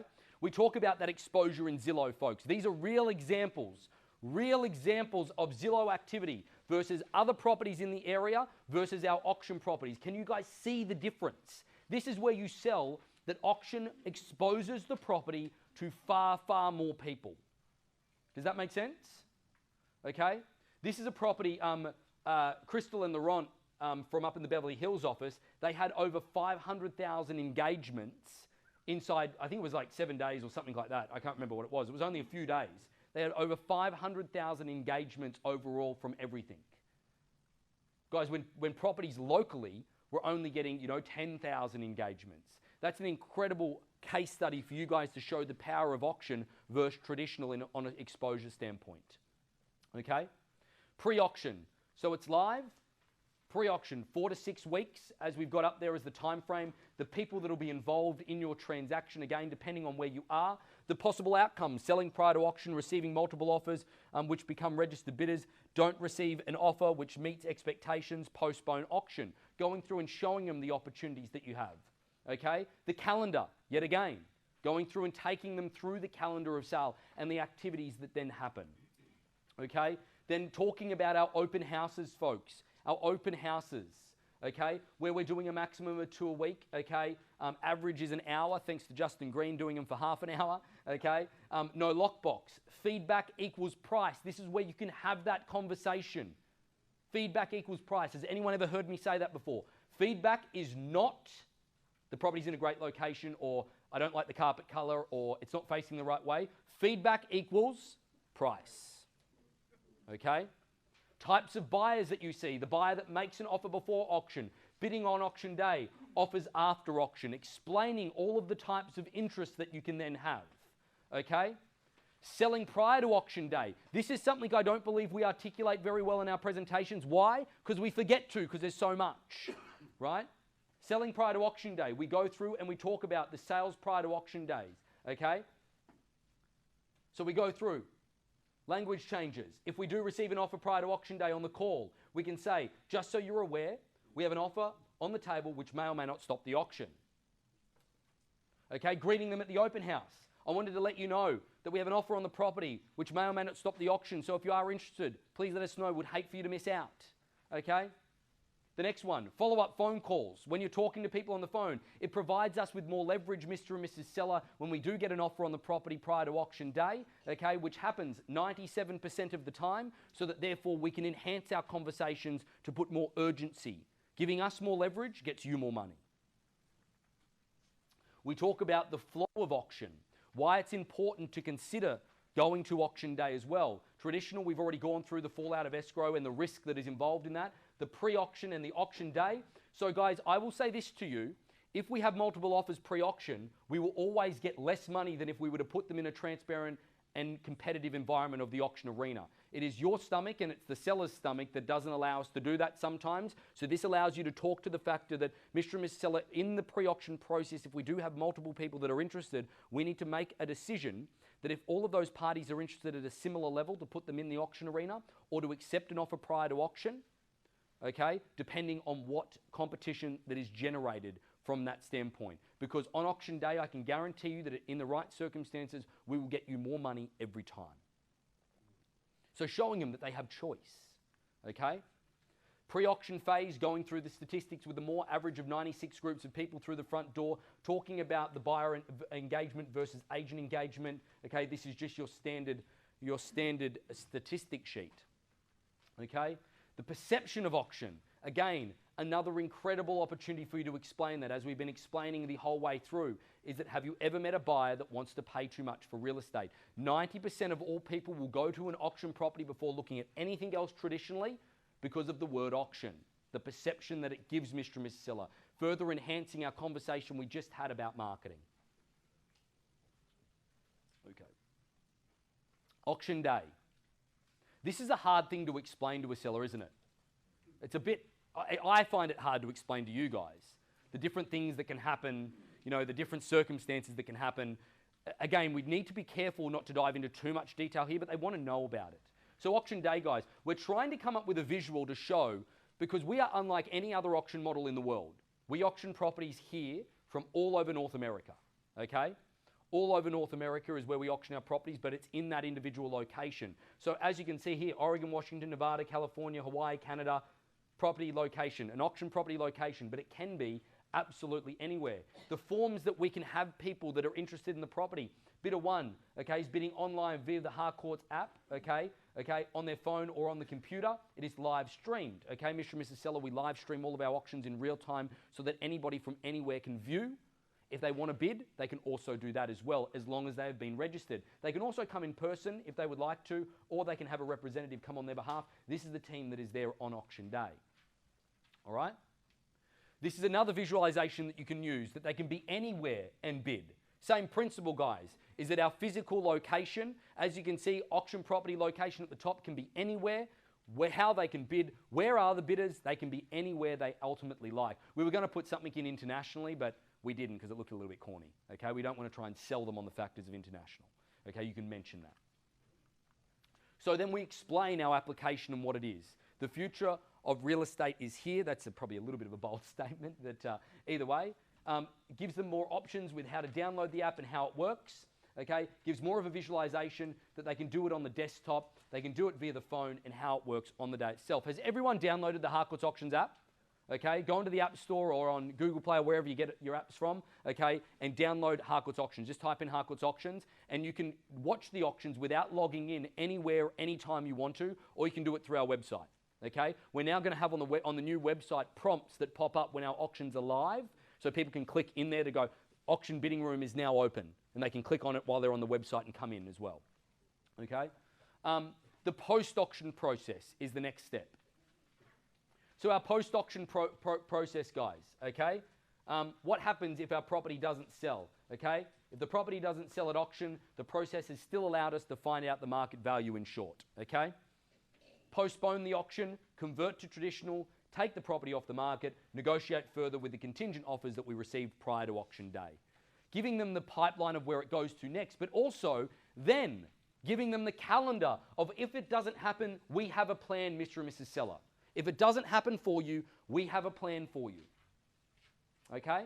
If it doesn't happen, we have a plan for you. All right? What next? Trust me, I am getting to the pointy end of this, guys. I'll be handing it over to Jason shortly after we have a quick break. What's next? That is also the part where we struggle a little bit as well. Because we've explained this auction thing, we've hyped it up, now what do we do? Okay? Explaining it to the sellers from a perspective of step-by-step is easy. Mapping it out to them. Determine the MLS live date, determine the auction date, determine bidding to start from price, determine expectation/reserve, determine the first open house. They are simply the steps that we need to pretty much figure out in order to book a property on my auction. Okay? There's a few little other things that you'd need to do, but the sellers doesn't need to know that. Okay? Picking that auction date. When are those dates? These dates are in your booklet as well, so that then you can go through and pick your date. Okay? And then it gives a pipeline that but then the next steps in the property process going through listing input, agreement sent, documents ordered, disclosures signed, inspections ordered, marketing, calendar set, property live, open houses commence. Just trying to simplify the flow of things for that seller so that it isn't as confusing. But also, guys, trying to simplify it for our newer agents that haven't experienced auction before. Once you do your first auction, it's pretty much clearer, isn't it? It's not that difficult. Okay? However, it seems difficult. There's a lot of steps along the way. And the reason that we have to explain that you've got to get inspections and marketing, all that type of stuff, I don't have to explain that to you about traditional because it's just known. With auction, I have to explain it to the sellers that that is the next step. We've got to, with all due respect to them, we've got to not give them too much credit, okay, that they get it, that they will get it. Some get it really well, but most don't, okay? So then we get into case studies, what everyone likes to see. Now, guys, the case studies, we rely on you guys to give us the stories for these, okay? As much as we can do the stories in perspective of what happened and when it happened. Guys, if you want more case studies with better explanations, start putting your own case studies in, and I'll start giving you more of the others, okay? At the moment, we have 60 plus, like, there's probably a little bit more than 60 that actually, we've got way more property successes, but it just says bidding to start from and what it sold for. But without a story, you know, you can then tell the story. The story is really important to get them to understand. Previously listed for X was this, blah, blah, blah, blah, blah, rather than just, here's a booklet you can flip through with loads and loads of properties with nice photos that we've sold. Okay, it doesn't hold much context. So we've designed a template. Again, these are optional, okay, because they're not included in the actual listing presentation itself, okay? But I'll show you where you can put them shortly because we didn't want to put generic ones in here because it's specific to your individual area, maybe even state. So either way, this is it, bidding to start from, what it sold for, a little bit more of a story about it, days on marketplace, previously traditional for 5 months, sold before auction, so on and so forth. Another one there as well, okay? Guys, we've got a lot of these, but it gives you the story as well, okay?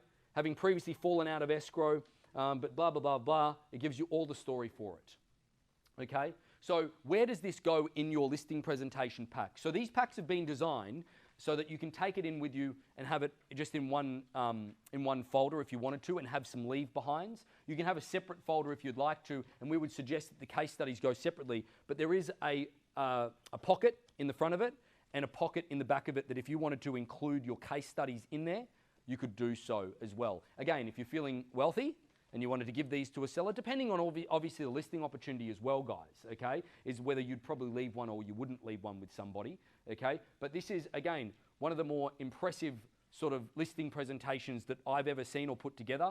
It's ring-bounded so that it does fully open, but we've tried to cover that up, which we have covered it up to give it sort of like a perfect bind look, to make it a little bit more professional. I personally love that photo. It's going to be our trademark photo for Harcourt's Auctions because it sort of just gives a pretty good perspective of our brand. And then you can open it up and then it can lay flat as you take everybody through from a ring bind nature. If you want to see them more, guys, they're going to be at the back of the room in the break. You can purchase them if you like or afterwards.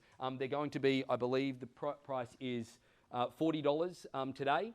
$45 after today. Also, we have the expired packs as well, 20 for a pack of 4. We are going to create an opportunity to buy them on the hub, okay? Sorry, it's not 4, it's actually 5. $20 for 5 packs, but we are going to create an opportunity on the hub as well where you can go into the auction section, into the auction shop. You can buy a listing pack or you can buy expired packs as well through PayPal. All right, that'll be coming in the next week or so. Chris is just developing at the moment when he can't sleep in Australia. Okay, so guys, that sort of wraps up everything from a perspective of the listing presentation. But what can you give the sellers if you wanted to not leave something behind with them, or you wanted to send something? Guys, we've created a digital booklet, which again you can use on your phone. It's actually quite cool. You can flip through it on the phone, and it actually flips through like pages. Okay, if you use this website. Okay. Also, we're going to include that on the hub, and we're going to try and put it onto our website, harcourtsauctions.com, so you can go to and refer them to that as well and send them to a direct link on the website itself. But for now, it'll be the tinyurl.com/HA listing, and it is that full presentation, okay, in a booklet format that they can flick through, okay? Because economically, guys, for you guys and us, we've had to buy a truckload of these. Like, I will have these for as long as I can think I will know, okay, in order to get them cost effective for you guys to buy them at $40 or $45, which is our cost, okay? And that right there, if you want a budget to leave some behind for certain listings, just make sure that they're the right listings, guys. Don't be outlandish in thinking that you can leave it all behind, okay? Because you still have every piece of other marketing material that we've used till now, before we've had this, that you could still leave behind for them in those listing packs that Jonathan and Jason bring along, and also that that people buy from us or they get from us as well. So this is just something that can be yours, okay, that you can take with them, take and show them, and then leave it behind if you wanted to, or then take it away. It has been designed to be taken away, okay, and then sending them the link as a great follow-up opportunity to do so, okay? Any questions so far, guys? Because that brings us now to Jason's session. We're going to take a 15-minute break. We're right at 11 o'clock. Nikki? Super quick question Sure. in terms of sales. The case studies are amazing, and they're really sharp. What my prospects ask is, well, what was the client's reserve? Yes, so their reserve was what they sold for, because they had to eventually adjust their reserve to accept it anyway. Their original reserve is always overinflated, Nikki, because we always ask them to overinflate it. Totally. So we never keep that statistic, because it would be incredibly poor. Yeah. If we compared it to traditional sales, by nature, 8 to 10% less than what they wanted, but we don't keep that statistic because we ask them to inflate it anyway. If we got cornered, we'd Yep. say that was the reserve. Correct. I would, because it is. Technically, they had to adjust it in order to sell it. Right. Okay? Thank you. Any other questions, guys, before we break? Where are the case studies? We'll be emailing them all out to you. There are examples of the case studies at the back that Callista's got if you wanted to go through them, but we can email them out to you if you wanted further ones. Okay? Also, remember, guys, on our new website as well, we've redeveloped the on the market and the recent success page. That again, we're going to include all of those case studies with the actual description, and it's much more user friendly. It's not as clunky with all the squares. All of those are going to be online as well, that you can refer to as well, guys, in a much more editable format that will look a lot better. Guys, it's 11 o'clock. Let's be back at 11:15 for Jason and Maddox's session, and we'll get started then. Quick question. Yes. Does a hardcore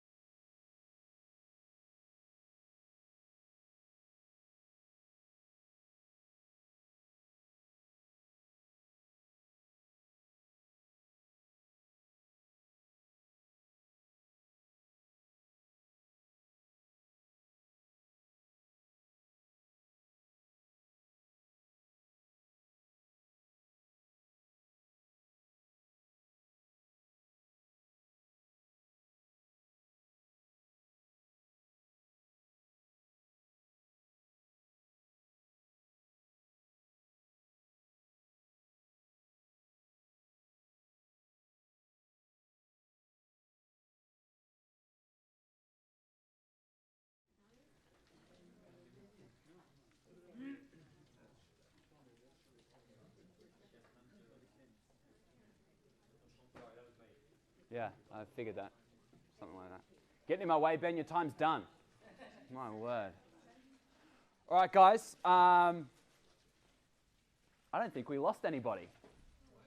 Wow, that makes me feel really good. The superstar's done and dusted, and now you're left with me, but we're going to close off with another superstar being Maddox Stripetch. So looking forward to that. Guys, really this morning, obviously going through the new listing kit and securing listings, I now just want to really touch on a really integral part of our auction process, and one which, in going through that listing kit, Ben kind of mentioned a few times, which is obviously very vital to our process, and one which we trip up on quite often. And it's one which is difficult for you as the agent to manage with your seller and with the interest, and it's one which the auction team are consistently trying to stay on top of as well. And so we want to try and give you some better understandings and some skills and some scripts as to the importance of why, how to guarantee offers before auction and to guarantee bidders on auction day. Because there is a very, very select group of agents in our company that are able to do that. And the correlation, as you would understand and agree with and respect, with those agents that are able to get offers, multiple offers prior to an auction, and then get bidders on auction day, they have a higher success rate of closing. Those properties, those agents are selling more of their listings than those that are unable to get those offers, unable to communicate the market. And really, communication is the key part of this, guys. So, to get straight into things, and I have to warn you, by the way, Ben knew that whole presentation like that. I've got notes, all right? So this is not going to be as smooth. Please bear with me. Yeah, thanks, mate. So, many of you guys, of course, have listed an auction in this room. I think almost all of you have listed an auction. And of course, of those, a lot of you have sold the property, whether it's been offers prior to auction day or whether it's been bidding on auction day itself, okay? But how many of you can say that you have always received at least one offer on your auctions? And then how many of you can say that you have always at least had one bidder on auction day, okay? And that's really the importance that I want to try and get into today so that we can understand that and be in a better position, as I say, to communicate the market. So we need to look at how auction gives you a better negotiation platform to leverage the most that the market will pay. And in turn, guys, communicate that to your sellers. Communicate that this is the best that the market will pay and this is the entirety of the market. Ben went through the Zillow stats before, particularly the Bijouy property in Stewart Avenue in Los Angeles, 500,000 engagements, which led to 270 people through the property, which led to 16 offers. Okay, that's irrefutable information.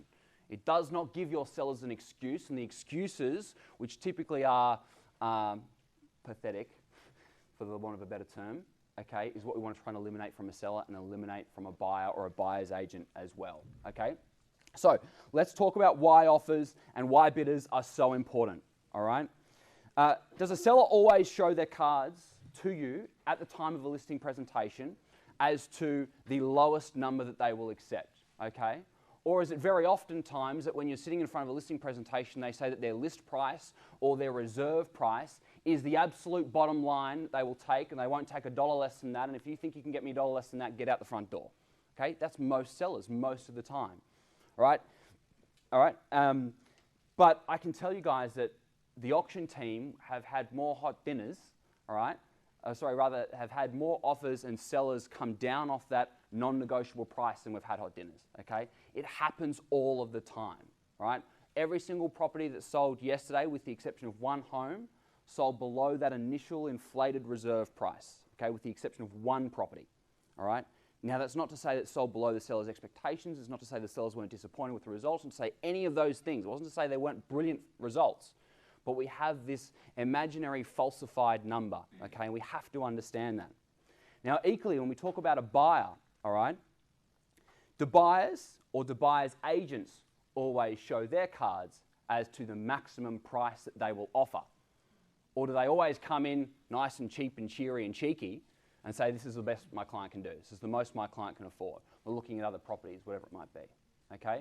So we must understand that both seller and buyer or buyer's agent will keep their cards close to their chest, and the first time they meet you, they are never going to tell you their actual number or what they would or could get to, both in a reduction from a seller or an increase from a buyer as well.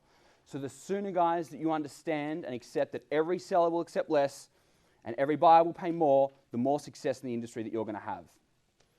Okay, but more than that, all right, the volume and evidence and the conviction in your belief in the process will be the catalyst to your success in the industry. Okay? If you guys understand that and you believe that and you experience that, as a lot of you have, then it's going to continue to strengthen the position of your communication to the seller, and then of course the success that you're going to have as far as getting those done.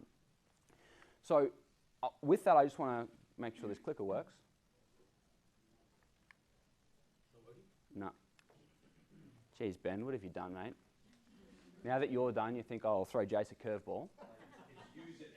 Oh yeah. There's 3 buttons, guys. It's not that hard. Next slide, please, buddy. Oh, there we go. It works. All right.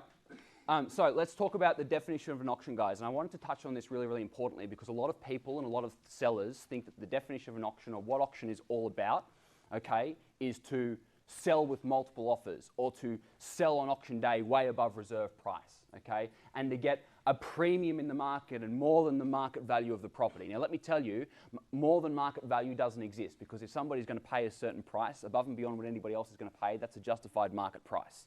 Okay, we all agree with that? That's market value because that's a justified buyer and a viable buyer, okay? But the reason and the definition of a successful auction, guys, is to get an outcome, right? Is to get an outcome. I was speaking with Lisa just this morning with regards to one of Wesley's old properties, previously on the market as an auction, bidding to start from $4.9 million, reserve price was about $6 million, okay? We went through this rigmarole of the auction process, the education of the auction process, okay? We had some time off the market, we met with the seller 3 or 4 times, came up with a new strategy, came up with a new plan with them, going back to auction, bidding to start 3.5, reserve I won't tell you because one of you is going to buy it, all right? But substantially less, all right? That is an outcome. Now, is the property sold yet? No. Do we have offers on it? Yes. Yes, we do, but not that's going to buy the property, all right? But that is an outcome. So please bear in mind that what we're trying to do here is communicate the market and get results, which aren't always a sale, but is the way to get you in a better position to sell the property, all right? So for a lot of you, it would have been some time since you've done the accreditation. Ben sort of mentioned that before as well. But you must be aware of your opinion getting in the way of a negotiation as well. All right, the auction process allows, with the market coming through, with the offers coming through, you to not hide behind, but use that information to communicate to your seller, as opposed to, in a traditional capacity, saying, guys, I think we need a price reduction because we haven't had any interest. Okay, but why? Right? Well, I think this, you're putting yourself in that vulnerable position of being the reason as to why things are not working, okay? Put the process and the interest as the reason why things are working, okay? And make sure that you're able to communicate that as well. You need to protect your sellers by not allowing them to regret the decision to say no later on, all right?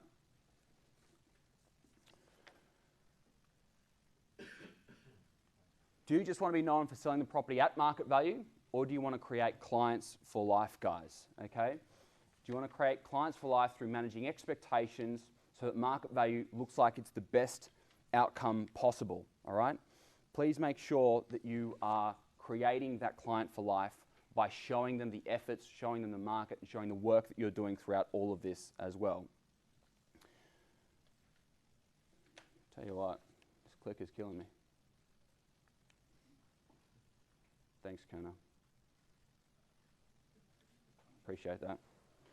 Make market value look attractive enough through allowing all offers. Now, this is the key thing. I've got one in my bag at the back as well, mate, if you wanted to swap it over. It's exactly the same. Yeah, exactly right. Thanks. That's right. My telepathy is going to be great with you now. Just like auction day, mate. I give you an evil look and you mean you've got to do something. Let's just read this again, guys. Make market value look attractive through allowing all offers, okay? AJ, I'm going to throw you under the bus here, buddy. It's all out of love. AJ has got a great property in Yorba Linda. We have got 2 offers and 2 very difficult buyers that are at the bidding to start from price, okay? As is always the case come week 1 or 2 of an auction campaign, fair enough? And the adjustments that we're going through together is making sure that then when better interest comes forward, or when these offers come back re-engaged, despite what they say that they're no longer re-engaged or interested, okay, when we get that higher price, that market value looks attractive by comparison to all of the offers, guys, okay? Again, making sure that your sellers are seeing the information to make the adjustments themselves as opposed to you telling them to make the adjustments based on no evidence or no information. Slide, Brady. Thank you so much, buddy. It's going to be great. You get to do as you're told back there, right? So, an example, guys, of the easiest ways to think about this, and I'm going to only touch on this very, very briefly, as far as a seller coming down off price and a buyer coming up off price is purchasing a car. Okay, leasing a car, purchasing a car, used, new, whatever, okay? You've got a sticker price on the car, $20,000, all right? When does the car ever sell for or lease for that set amount of money? No, none of you in all of the vehicles that you drove here today did you buy for that sticker price, or lease for that sticker price, or finance for that sticker price, or whatever, okay?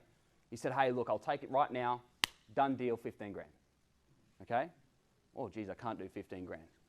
Let's do 18. Let's do 18, I'll sell it to you right now, okay? I'll give you the servicing pack or whatever, okay? Nah, 17, done, okay? Whatever it might be. That price is never the eventual sale price, and the offer that you made initially is never the ending number that you would take that car and drive it out there for today.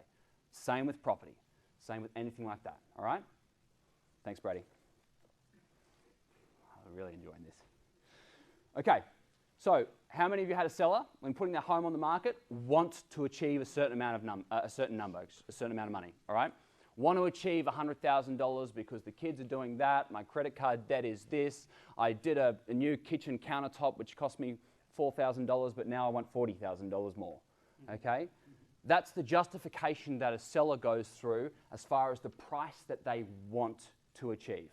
Make sense? You've all been in that situation before, okay? But to you and I, that is an illogical position or rationale as to the approach of the value of their property. But to a seller, it's quite logical. We spent this much money on the property, we've had it for this many years, the appreciation's been 6%, whatever. I need to be at this number. That makes sense to them, okay?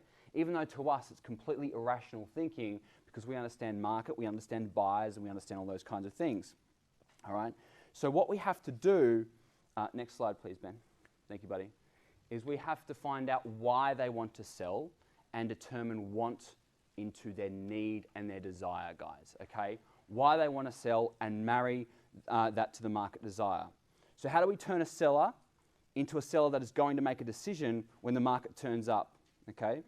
When you drive the reasons behind the decision to sell, okay? Why are they selling? Their next purchase, to get out of debt, to move closer to kids who are going to college, whatever it might be. Those desires are going to be a stronger positioning or opinion or weight on them than the desire to get back a new paint for a wall that they put in the property or whatever it might be. All right, guys? Find out that want, marry the two together. Next slide, please, Ben. But you must understand that it's a treacherous journey, and communicating the difference between want, okay, and need is a vital step in all of this process into getting this property sold, whether it's auction or whether it's traditional. So defining want or need is treacherous, but you must understand as well that a lot of the time, guys, the seller will take that as a personal attack on them as to why their personal reasons for wanting more money is now not justified, okay? So allow auction, allow multiple offers, allow bidders on the day, allow feedback of price to communicate that for you. Next slide, please, Ben. This is why the most effective way to maintain a working relationship is to do it in presenting offers as opposed to telling them, guys. It's not you or your opinion, it's the market, it's the offers, it's viable buyers saying I would or would not pay this amount of money, all right? Next slide, please, Ben. So, now let's focus on a buyer, okay? An emotional buyer will always pay more, an emotional seller will always take less, okay? The buyer starts in a marketplace, guys, searching logically. Have a safe flight, guys. Take care. A buyer always starts searching in a marketplace logically, okay? They look at the comps, they look at square footage, they go and get their financial approval based on a budget that they want to spend, okay? I want to have repayments that look like this. I want to stay within this particular price bracket, okay, based on their logical approach to real estate. And like Ben mentioned in the listing presentation kit a moment ago as well, when you attract buyers to a property based on process or a property that they like because of the home itself, the negotiation becomes so much smoother. You have a buyer that's committed to the home for the home as opposed to the home because of all these other logical reasons or approaches that they go through. And oftentimes it might take a buyer a few weeks to make that transition. We've looked at a few different properties and nothing quite tickled our fancy, despite ticking all of the boxes that they set forth as far as square footage, as far as price, as far as location, locale to schools, those kinds of things, okay? And then all of a sudden this property pops up and it's the one, or it ticks all the boxes, or it has some kind of emotional connection.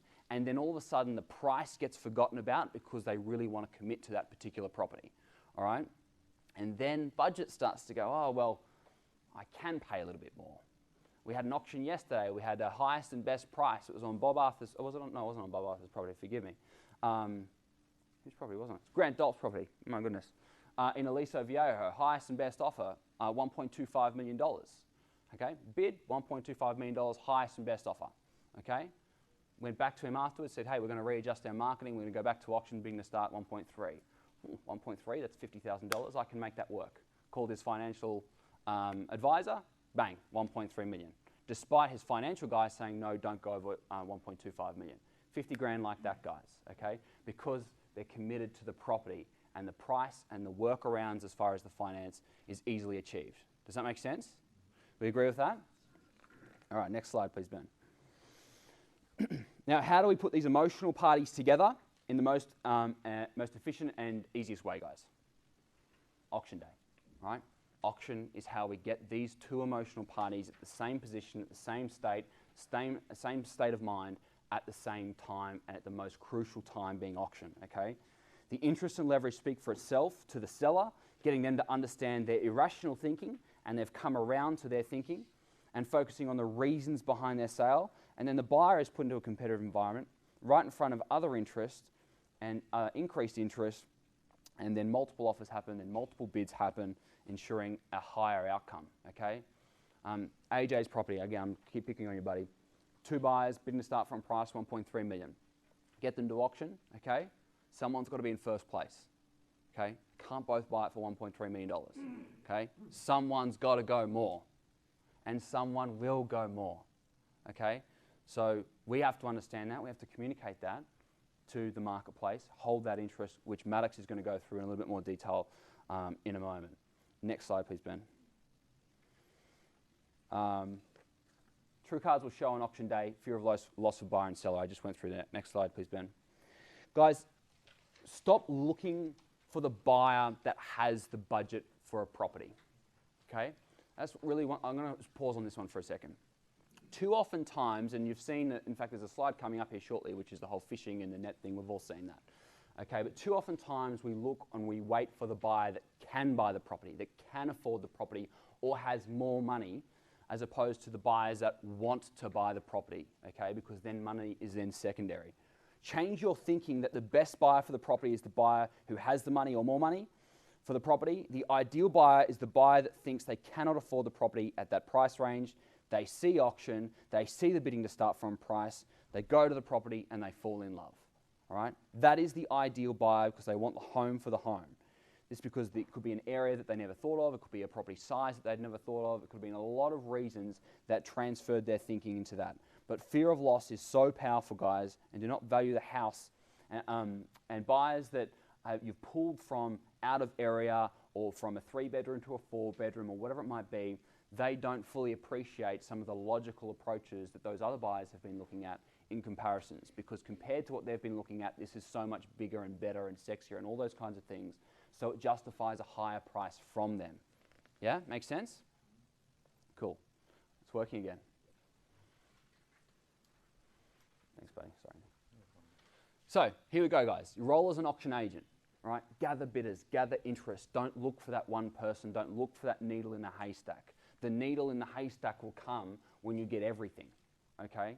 That buyer that will pay AJ seller's price for a great property, for a property that's had 30 plus people through every weekend, okay, that's had multiple offers inside 5 seconds of being on the market, That buyer will come when we continue to leverage and we continue to attract, and we have the perception of interest. We have fear of loss. Okay, we have leverage and we have motivation on our side to continue that attraction basis to the property.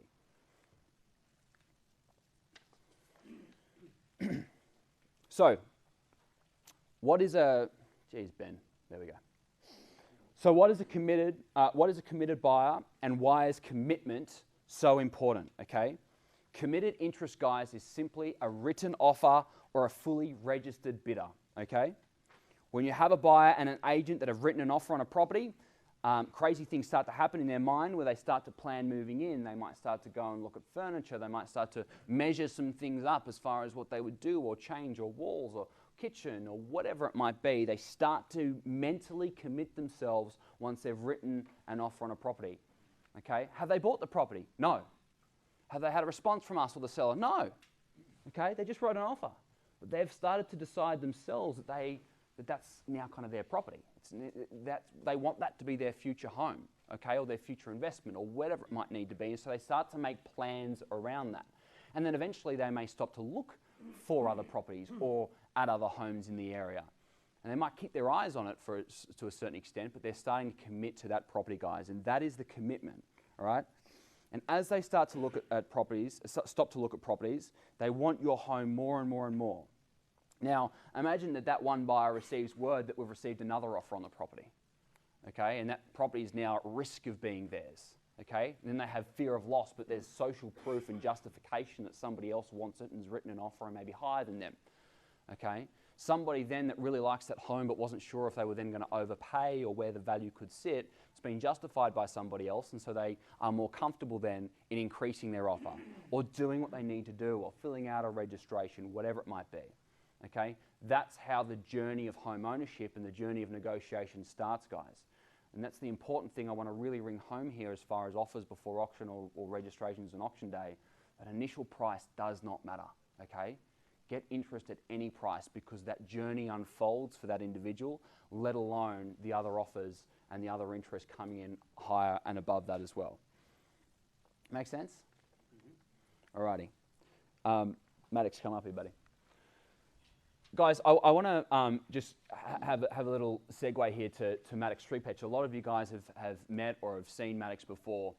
Maddox is the only agent in our network, okay, and this is no word of a lie. He's the only agent in our network that last year, with all of his auction campaigns, and he did a whole lot of them, had multiple offers on every single one and had multiple bidders on every single auction day. He's the only agent.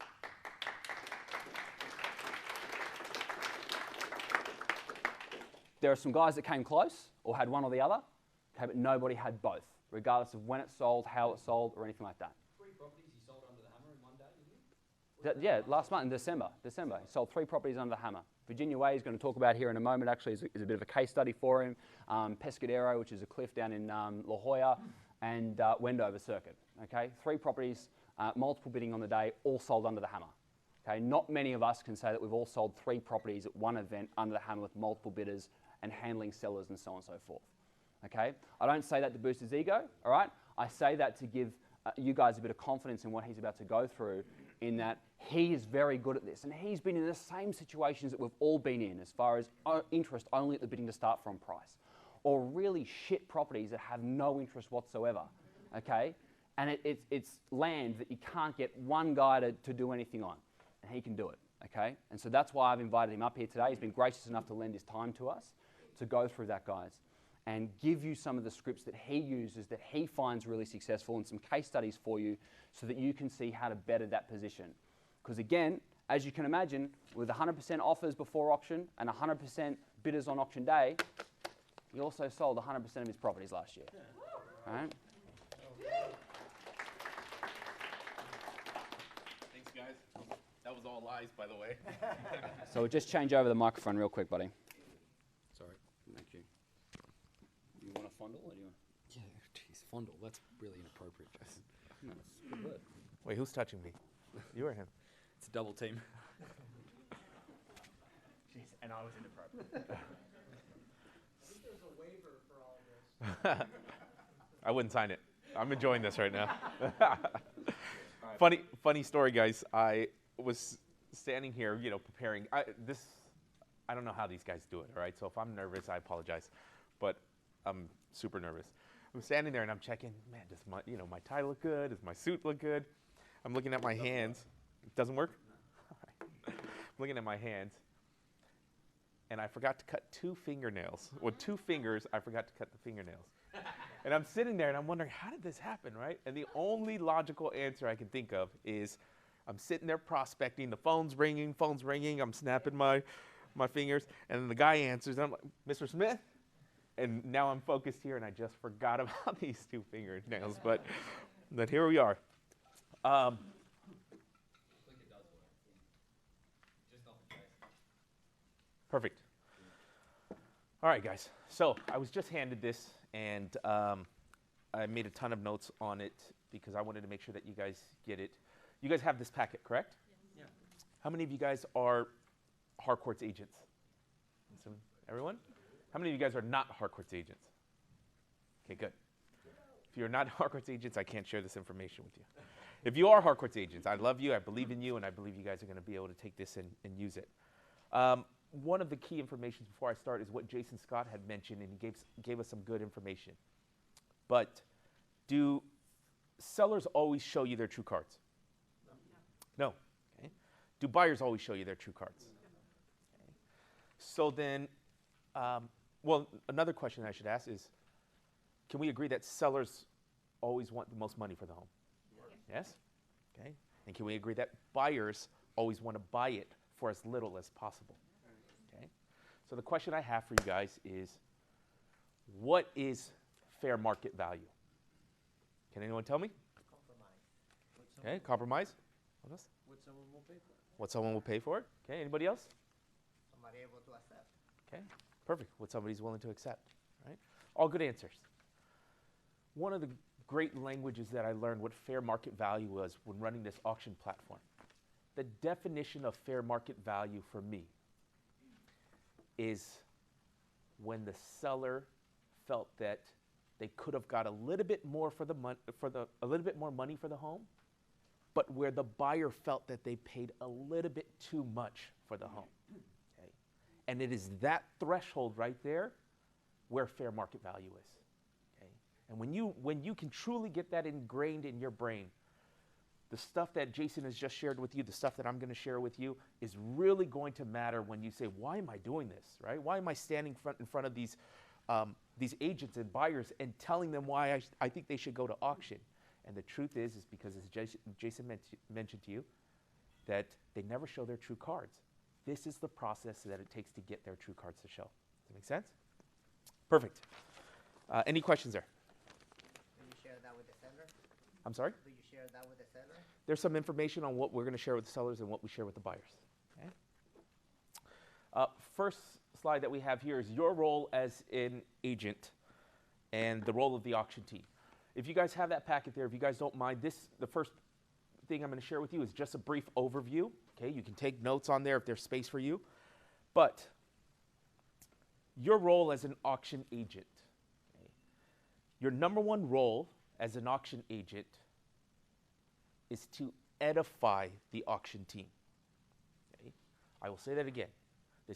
Underline that, do whatever you need to do, but your number one role as an auction agent is to edify the auction team. Okay? And I'll share the reason why. Number 2, represent the property. Show the home. When you're communicating with buyers and things like that, just really represent the property well. But the important thing that I want to share with you is the key word that I use, which is structure. Okay? When you run an auction listing, you have to be structured. Part of being structured is, I always tell the agents, upgrade yourself. Okay? Upgrade the way you look, wear your Harcourt's tie, wear your scarves, wear the suit. When you do your open houses, represent the auction property extremely well, because it is the structure that is going to allow all the pitches and all the scripts that I'm going to give you. The buyers and the sellers are going to be resistant to the scripts that I'm going to give you. But when they see that it's a process and they see that it's structured, then they're forced to comply, right? The buyers are forced to comply with the offers, write offers when I tell them to write offers, register to bid when I tell them to register to bid, right? Even though they don't want to register to bid, I'm telling them they need to register to bid, but I've been guiding them through this structure, so now they can't say no, okay? So again, structure. Answer all the questions, of course, for your property. Another bullet point, try to double end your deals, okay, when you're representing the properties. I mean, who likes to double end their deals? Okay? So try to double end your deals when you're representing an auction property, okay? Get offers. Another part of your role is to hold the buyers in after the auction team steps in, okay? When they step in, your job is now to follow behind them, and we'll get into that. Okay, then lastly, register to bid at auction. Get the buyers to register to bid at auction. Okay? We can go back for a second. It says there, good cop, bad cop scenario. This is extremely advantageous for you. Just remember, your job as an auction agent is to be the good cop. Okay, we are on the front lines, right? We're the ones who are shaking hands, right? I'm shaking your hands. Thank you for coming by. Please let me know if you have any questions. I'm the nice guy. Then I ask you to get an offer in. As soon as we get an offer in, I send it over to the bad guys, right? The bad cops step in, and then they come and do their thing, right? But your job is always to remain on the front lines.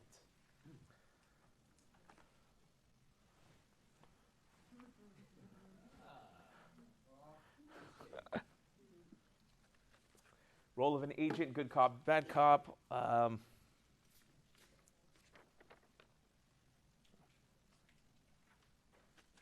see what the next one is, guys.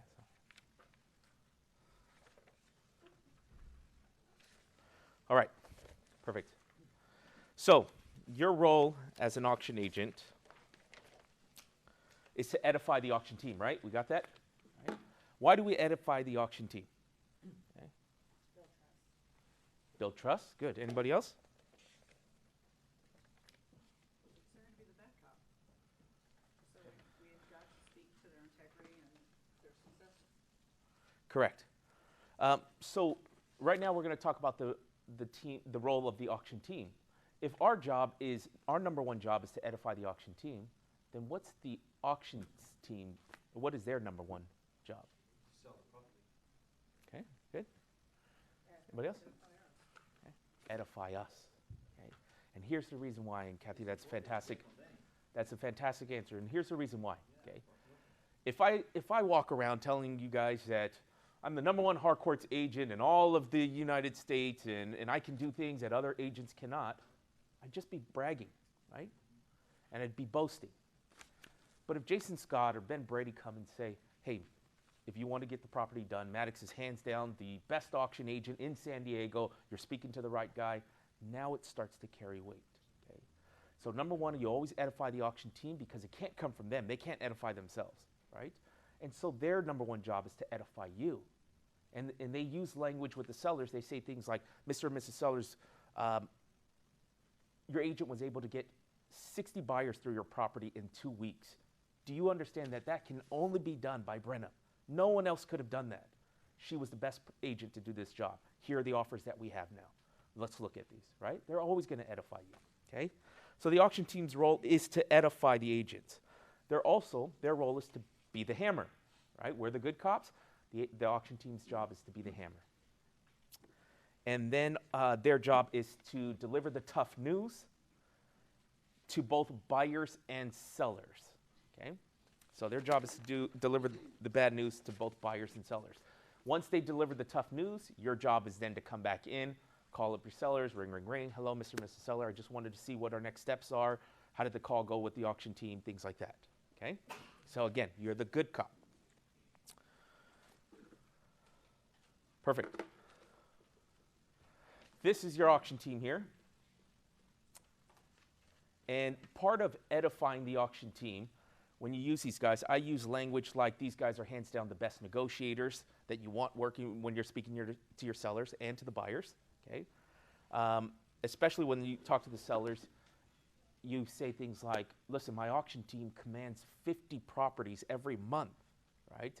These guys are going to get the seller to come and meet the market. Or that's what you tell the buyers or the sellers. You say, listen, they will get the buyers to come up and, and we will get every penny out of the marketplace, right?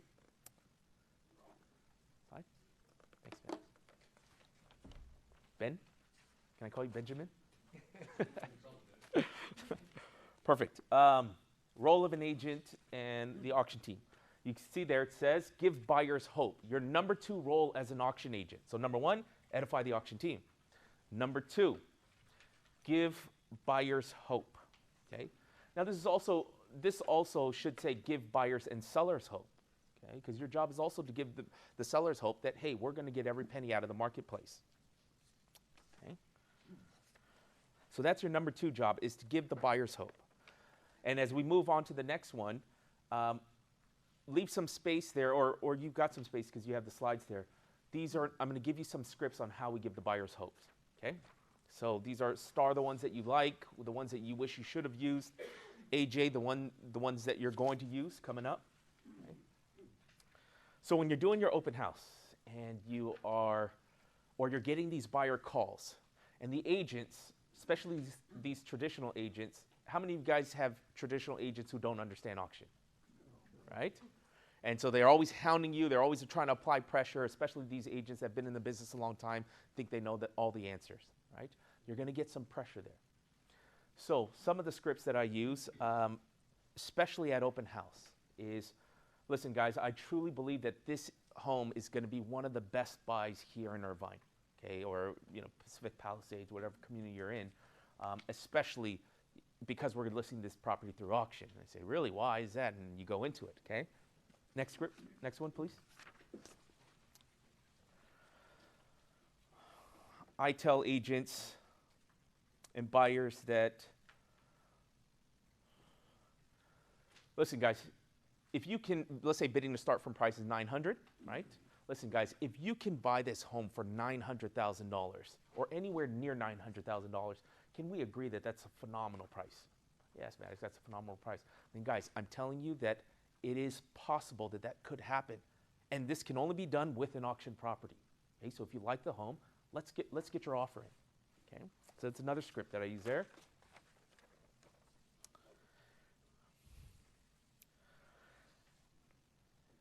Well, Maddox, this property is not really going to sell for $900,000, right, guys? And then I say things like, look, guys, even if you saw value at starting bid, okay, my recommendation is you get your offer in as soon as possible. I will present it to the seller immediately, and you'll hear back within 24 hours if your offer is accepted. Well, Maddox, again, it's not going to sell for starting bid. Why would I even do that?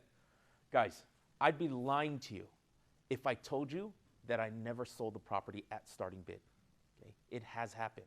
In fact, I've even sold a property beneath starting bid. That has happened before. Okay? Have any of you guys ever sold a property at starting bid? Anyone? Okay, I have. No? So I'm assuming none of you guys have sold a property underneath starting bid. Okay? Well, that has happened for me. One of my first auctions, and I didn't know how to price property and anything like that, but nevertheless, I put the starting bid too high. More importantly, I ended up finding out in this auction process, because the seller didn't disclose this information, but his daughter committed suicide in the property. And he didn't tell me. Okay? I found out from a neighbor during an open house. And so now this changed the entire negotiations where we had these offers come in on the property. The house needed a ton of work. It wasn't a beautiful home. But again, I priced the home too high, and then ultimately we had to come and, the negotiations came where the offers came in lower because the home needed too much work, and then we ended up having to tell them, guess what we found out, sir? And we've got to disclose that and everything. And so, nevertheless, I've sold a property underneath starting bid. It has happened before. Okay?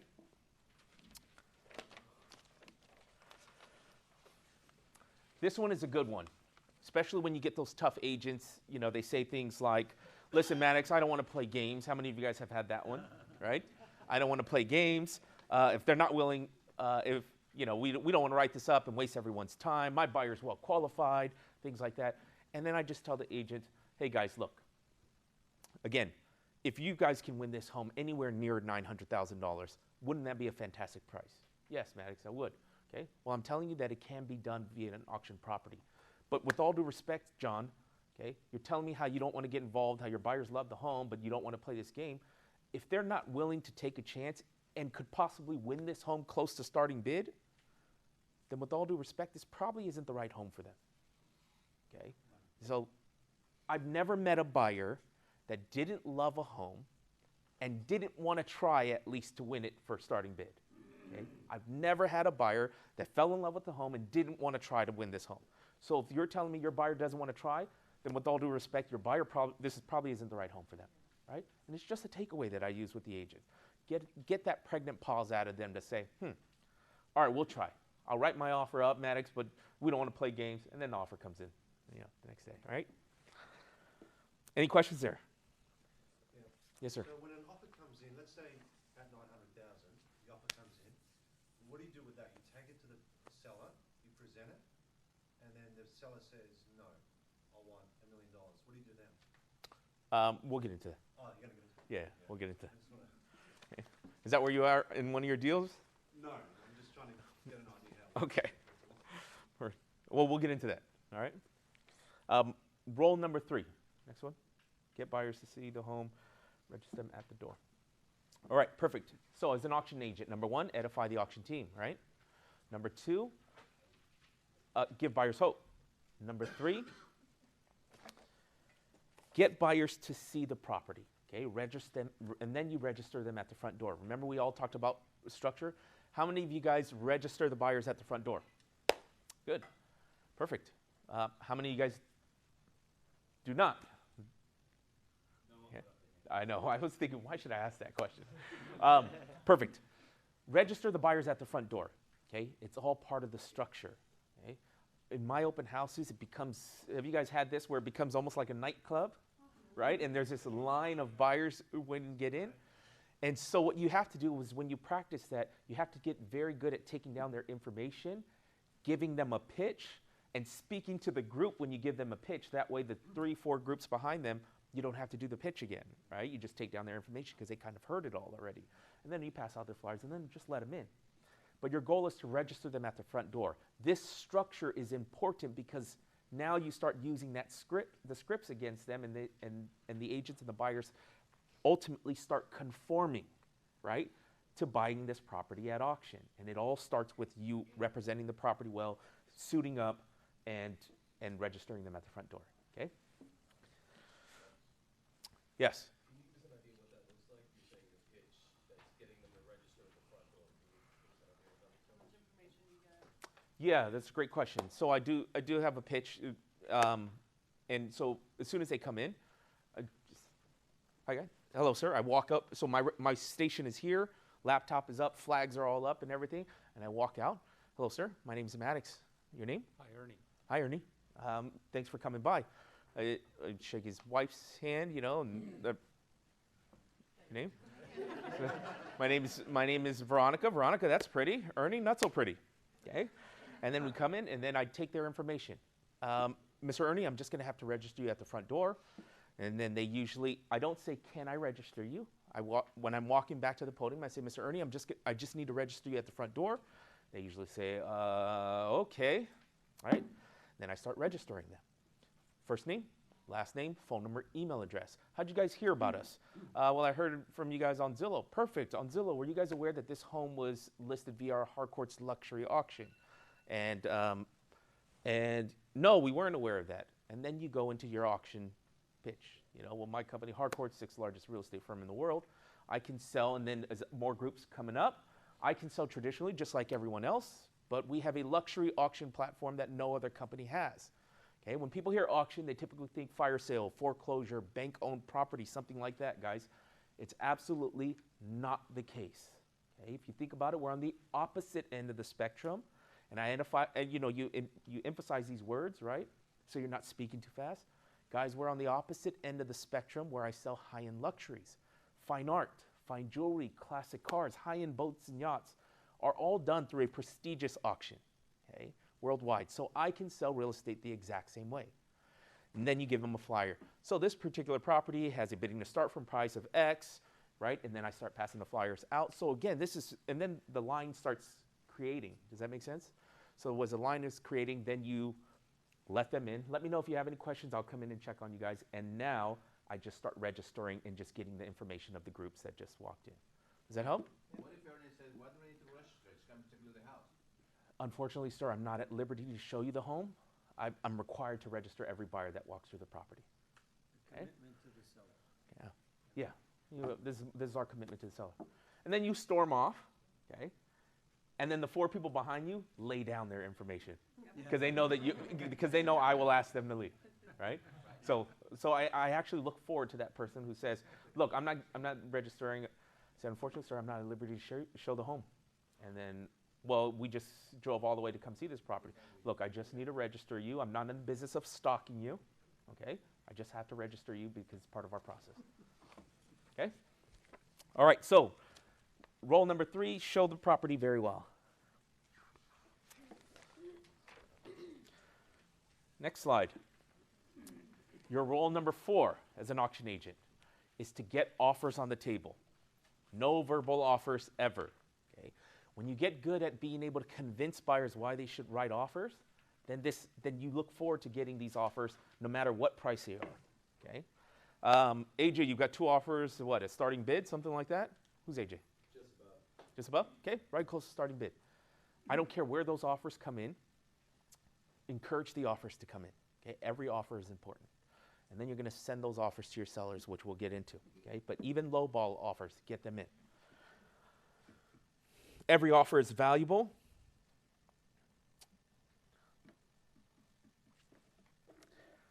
I've had some buyers come in and say, Maddox, well, we don't even see value even at $900,000. I looked at the comps, and we can win. This home needs so much work. It's a crappy house, as Jason mentioned. It's a shitty house. I don't know why I do so many of those, but it just needs so much work. I don't even see value at $900,000. We see value at $850,000. Okay, if we can buy this thing at $850,000, I'll take it right now, all cash. Well, your buyer put that on paper.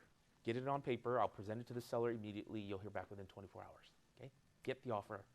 Does the seller have to counter the offer, or he can just say no? We'll get on to that. That's my go-to answer for what's your name, sir? Claude. Claude? Claude. Claude. Perfect. Yeah. At what point do you kind of, if somebody says, I want you to represent me, but they're under the bid price, and you've got like 3 or 4 offers over the first bid price, at what point do you say this is a waste of my time and I'm not going to do the right $850 offer? At what point do you? After I have a couple over the start to bid price. After you what? After I have a couple over the start to bid price. Okay, so if you've got a couple over starting to bid price, and then another buyer comes and says, hey, I want you to represent me, but I only see value at $850,000, would you write it up? What would you tell them? Unfortunately, to be competitive at this point, we need to be over the 900,000 mark. Okay. Just come to the auction. Okay, perfect. So I think that's a great question. The reason why I'm spending some time addressing that is because I think it's going to really give you guys some clarity in terms of what Jason Scott was saying. Okay, so the question again that I have for you: do sellers always show you their true cards? Nope. Okay. Do buyers always show you their true cards? Okay. Can we agree that every buyer wants to buy it at the bottom? Okay. So then the question I have for you is, why wouldn't you write it up? Right? If you write it up, there's no saying that buyer wouldn't end up become the best buyer. But the moment you blow him out of the water, he's going to say, fine, you let me know, because it sounds like he's a savvy buyer, right? Even though this is a hypothetical buyer, but he sounds like he's a savvy buyer. He's going straight to the listing agent, trying to buy it underneath starting bid from price. And so the difference is that until his emotions are involved, as Ben Brady mentioned to you earlier, an emotional buyer will pay more. But while he's speaking to you initially, he's not emotional yet. He's all speaking from logic. Okay? So when you really stick to those rules, the reason why I follow this process so strictly is because I know that the buyer's not showing me his true cards yet, right? So I just give him hope. Hey, there's a possibility you could win this at $850, right? Just get your offer in. Does that make sense? So take the offer, even the lowball offers. Does that help, Drew? Yeah. Okay. In the interest of time, guys, I'll send out Maddox's details and you can annoy him over the next week or so. If there's some questions, a lot of these he will dive into, but we just want to stick them to him because there's a bit more script to answer some of that. But I'll send out his details so you can annoy him with some specifics regarding your offers later. Perfect. Thanks, Jason. Appreciate it. Next, if you see value, let's go back for a second. I think we went through this. If you see value, even at starting bid, I recommend getting your offer in as soon as possible. I will present it to my seller right away, and you'll hear back within 24 hours. Okay, this is a good one. Star that one. Every agent, for some reason, when I say, hey guys, look, I'll present it to the seller and the auction team immediately, and you'll hear back within 24 hours. I don't know why, but you'll hear back within 24 hours. They really like that, right? And they'll say, all right, fine. At least we're not going to wait the 3 days waiting game, okay? So, next one, sir.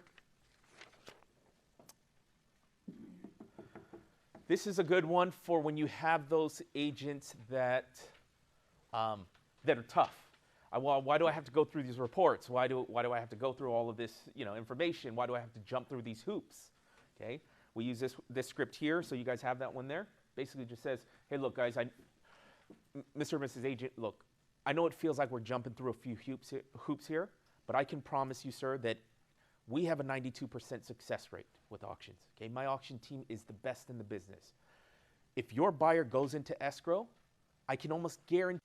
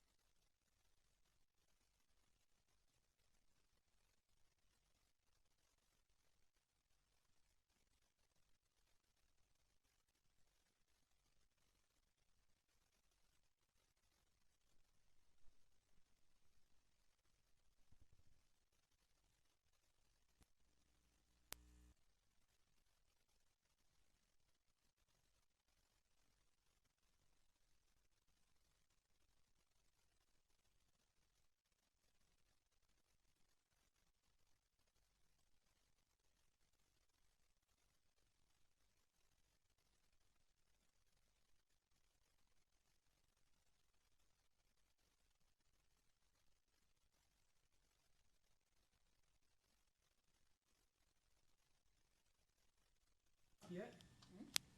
And then I redirect them and say, is there any chance we can clean up those contingencies, right? Maybe that'll help tighten up the offer. So now this really brings me and Ernie together, even though he's opposed to this process, really helps me let him know that I'm on his side. How can we bring this together, right? So write this script down. This one is very important.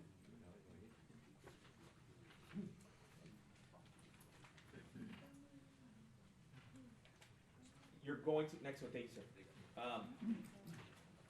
That conversation ends up evolving into where the agent is now asking for a counter, right? Well, can you get me a counter? Why can't we get a response from the seller? Anything like that. And this is where you make a strong stance as well. Okay, again, this is a maturity of an auction listing. Okay. This script, I basically tell these guys, I say, well, look, guys, I'm asking for a counter. I'm not sure if the seller's going to get us a counter yet, but I'm certainly going to ask. But if you don't mind me asking, Ernie, just agent to agent, forget your buyer, forget my seller. Agent to agent, brother, where do you see this home's worth? Right? And you get the agent to spit out a number. Right? Well, I've seen the comps. They'll say the agent doesn't want to give you a number. Right? I've seen the comps. They're all over the place. I don't know where this home's going to work. I don't know where this home's going to sell. Okay, that's perfectly fine. But then you hit on it again. And I got this script from Ben Brady. I saw him use it one time on one of my properties with an agent that was so tough. It was fantastic. He pushed again.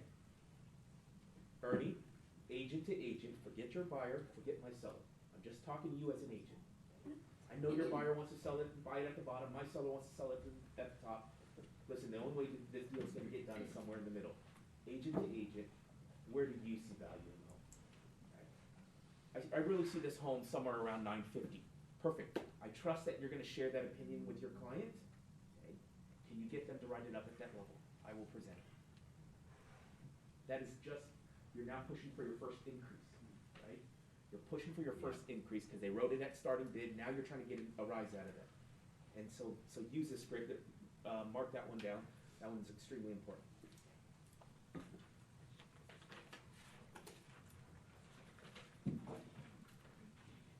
So would you use that script after they've written their first low offer and you ask them to clean up the contingencies and then come back with a?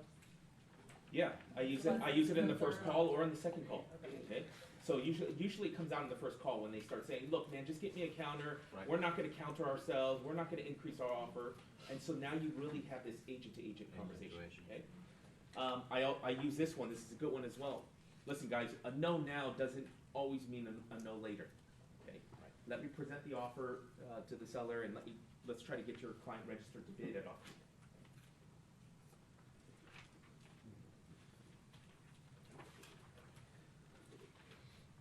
Well, man, it would just, I bought and sold 25, I've been in the business for 25 years, I bought and sold 1,000 properties. Why can't you just get a counter? This is the way it's done here in Los Angeles. This is the way it's done here in Orange County. We want a counter, get us a counter. Look, I'm gonna push for a counter, okay? But I can't promise you that the seller's gonna counter. They have the ability to accept, reject, or counter, okay? But here's what I wanna tell you, Ernie. If you have a committed buyer, I have a committed seller. Yes, you and I may feel like we have to work a little bit harder up front, but if your buyer is committed to purchasing the home, my auction team will absolutely get the seller to meet the market. Okay? We have a 92% success rate. I'm just asking you to I need you to hold on for a little bit. I'm trying to bring this together. So again, it's giving them buyers hope, right? That you're gonna bring it together. Okay? Ben, if you didn't give me the bulk of this presentation, this would have been a lot faster. No, I didn't know. I'm sorry. Perfect. What is this?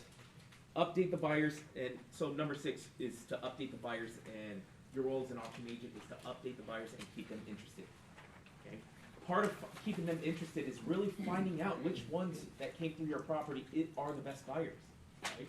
So when you register them at the front door, your job is to contact them all.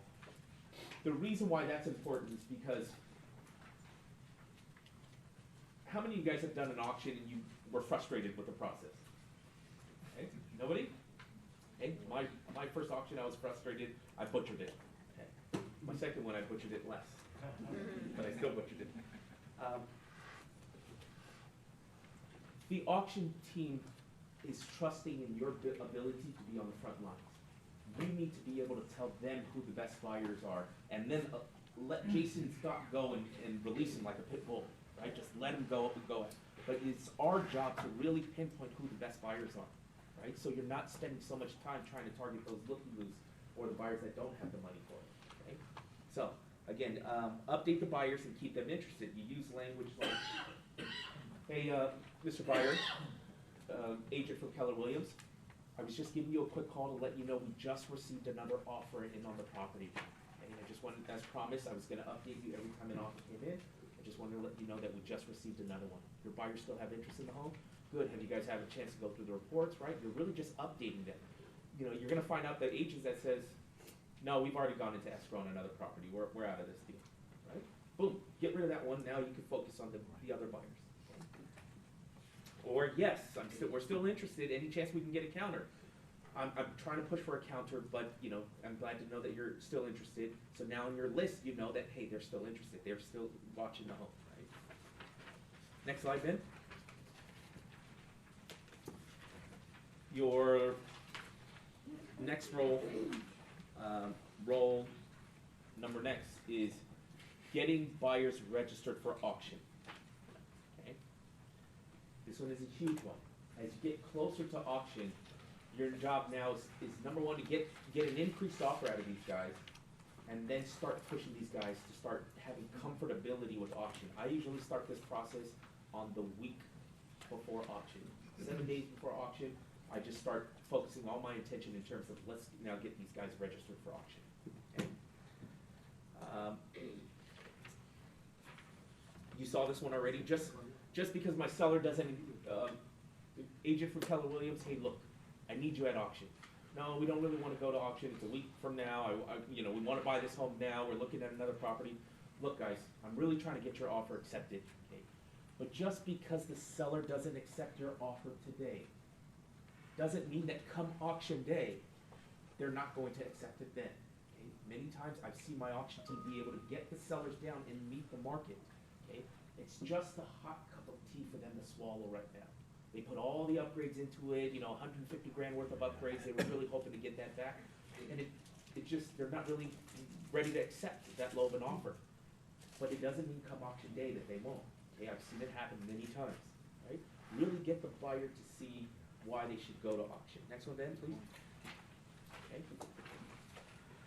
Mr. and Mrs. Agent, listen, if you can work on getting your buyers there, I can promise you that my auction team will spend a lot of time and energy getting the seller there and getting the seller to see you at auction and meet you, to meet the market. Okay? Kind of the same one, trust that the auction team is going to do a great job at getting the seller to meet the market. Now this is probably my favorite one. So you guys can star this page or do whatever you do. I usually use this when it gets kind of hostile. No, we're not going to auction. We hate auction. We're not going to do it. I told you since the beginning, we're not going to do auction. Why should we be there? We don't see any value. Our offer is still going to stay the same. We're not going to offer more than $900,000. So why would we go to auction if we're not going to offer more? You're not going to get us, Maddox, you're not going to get us to pay more. Okay? And so I really like to use this one. Look, agent, okay, I need you at auction. You want this deal to happen, I need you at auction. Because having you at auction, I can then leverage your presence with my seller. Okay? I can sit down with my seller and I can say, Mr. and Mrs. Seller, there's Brenna and her buyers. They are here to show you that they are committed to buying your home. Okay? If we don't sell it to them today, they will walk away and buy something else. This is the conversation I get to have with my seller if you're there. If you're not there, it makes it extremely difficult for me to say that you guys are the best buyer. Okay? I need you at auction. I need your presence there so I can leverage your presence with the seller. Let's go. Okay? Good? Let's go. Yeah. Okay, so this is hands down my favorite one. Yeah. It gets the buyer to say, So that's why I got to be there. That's why I need you there. Okay? If you're not there, I can't do this. I need you there. Next one, Ben. This is an Almeida auction case study. I really want to bring Jason Scott into this one. Guys, this is just a kind of a final video just to finish up as far as auction day interest. So with some of those scripts and the situations that I went through and then the scripts on how to and the operational practice that Maddox went through is kind of showing evidence of that. Now, we don't film every auction, we live stream every auction, so we can't just film it for our own marketing purposes, although we try to get one every now and again. This property in Almeida Street in Encinitas was marketed by Ed Johnson about 12 months or so ago, and it was a flip property for one of his clients, and we had 3 interested parties come auction day. We had 4 offers prior to auction. The 3 registered bidders for this property told us black and blue to our face, get lost, we are not registering for auction, and this is our highest offer, bar none D and regardless, okay? The highest offer prior to auction on this property, guys, was $960,000, but if you can play the tape. Highest offer, 960, 3 bidders in the room, wouldn't attend, and wouldn't increase. Must-see home indeed, ladies and gentlemen. I would say a must-see home to buy. What do we say, folks, for an opening bidder opening off the start? We've been advertising $800,000, which is very low for an opening bidder opening off the start for something here in Encinitas, considering where we are and what's on offer. What do we say? Opening bidder opening offer, sir, what are we going to do? 800 away we go. Saying it loud and proud, sir. $810,000 with title number 11 at $810,000, sir. 820 and away we'll go. At 820, sir. 830 is the opportunity. At 850 will sound better when you're on your friend. What do we say? 850 and a good bid. At $850,000 a bid off the call, sir. 875 will do it your way. We'll take it in quarters. At $875,000 a bid, sir. 900, sir. 900 is there. At $900,000 a bid off the call, sir. Don't hesitate at this point, sir. He's standing right behind you. You can see it. But that is the transparency that auction provides. 925 and back in front at $925,000 a bid off the call, sir. 950 is your opportunity now. 950 is here back in front, sir. We're going to say 9 3. Highest offer prior to auction. 960 and back in front at $960,000 a bid off the call now. 970, sir, and your turn. 970 is there. At $970,000 a bid off the call now, sir. Your keys are in his hands at the moment, sir. You're just walking home with a broker. And you guys laugh after I say the same joke 3,000 times. $990,000 a bid now, sir. Men? 995. Okay, 5's and away we'll go. At 995. Good timing with the run, I would say. At $995,000. Don't you hate that, sir? At 995, a little more. $1 million is here. Saying it loud and proud. We're going to still put it up, man. What are we doing at $1,005,000? We can do. What do we say? 5 on top if you like. If you make a phone call, we can give it a time. $1,005,000 and back in front. At $1,005,000 bid now. We'll give you a little bit of time, but at $1,005,000, I've got to confirm with the seller before we do anything further. First time at $1,005,000. Second time, sir, I'm just making sure that you're out before. Third and final chance for any other interest, any other phone bidder. Sir, you hold the bid at $1,005,000. At this point, you are the highest bidder. We're going to jump on the phone with the seller, just confirm with this lady a little bit of time to speak to a buyer. Again, we're not going to squash the deal together, but certainly you're holding the bid at the moment at $1,005,000. Back with you very shortly, folks. Just to confirm, we've got an increased offer, sir. Can I confirm your offer at $1,010,000?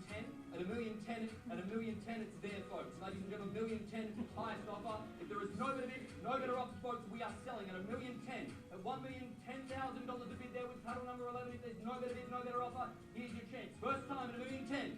Second, third and final chance. We are sold, so well done.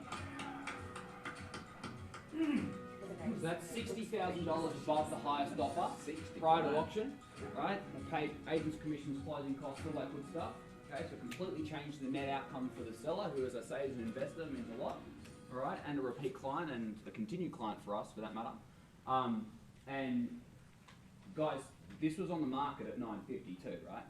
So not only did the bidding keep going, but that pause that Ben and I did as well from $905 to $910. Just because the underbidder drops out doesn't mean the highest bidder is at their maximum either, okay? So just understand the nuances and the environment that auction day can provide when you've done all of the steps and you've ticked all of the boxes beforehand. Now guys, in the interest of time, there are some more scripts there. Continuing on with the pamphlet that you've got, I'll let you read through those and utilise those. And as Meg said, star the ones that are going to work with you. We have a little gift here, guys. If you can please join me in a round of applause for Maddox.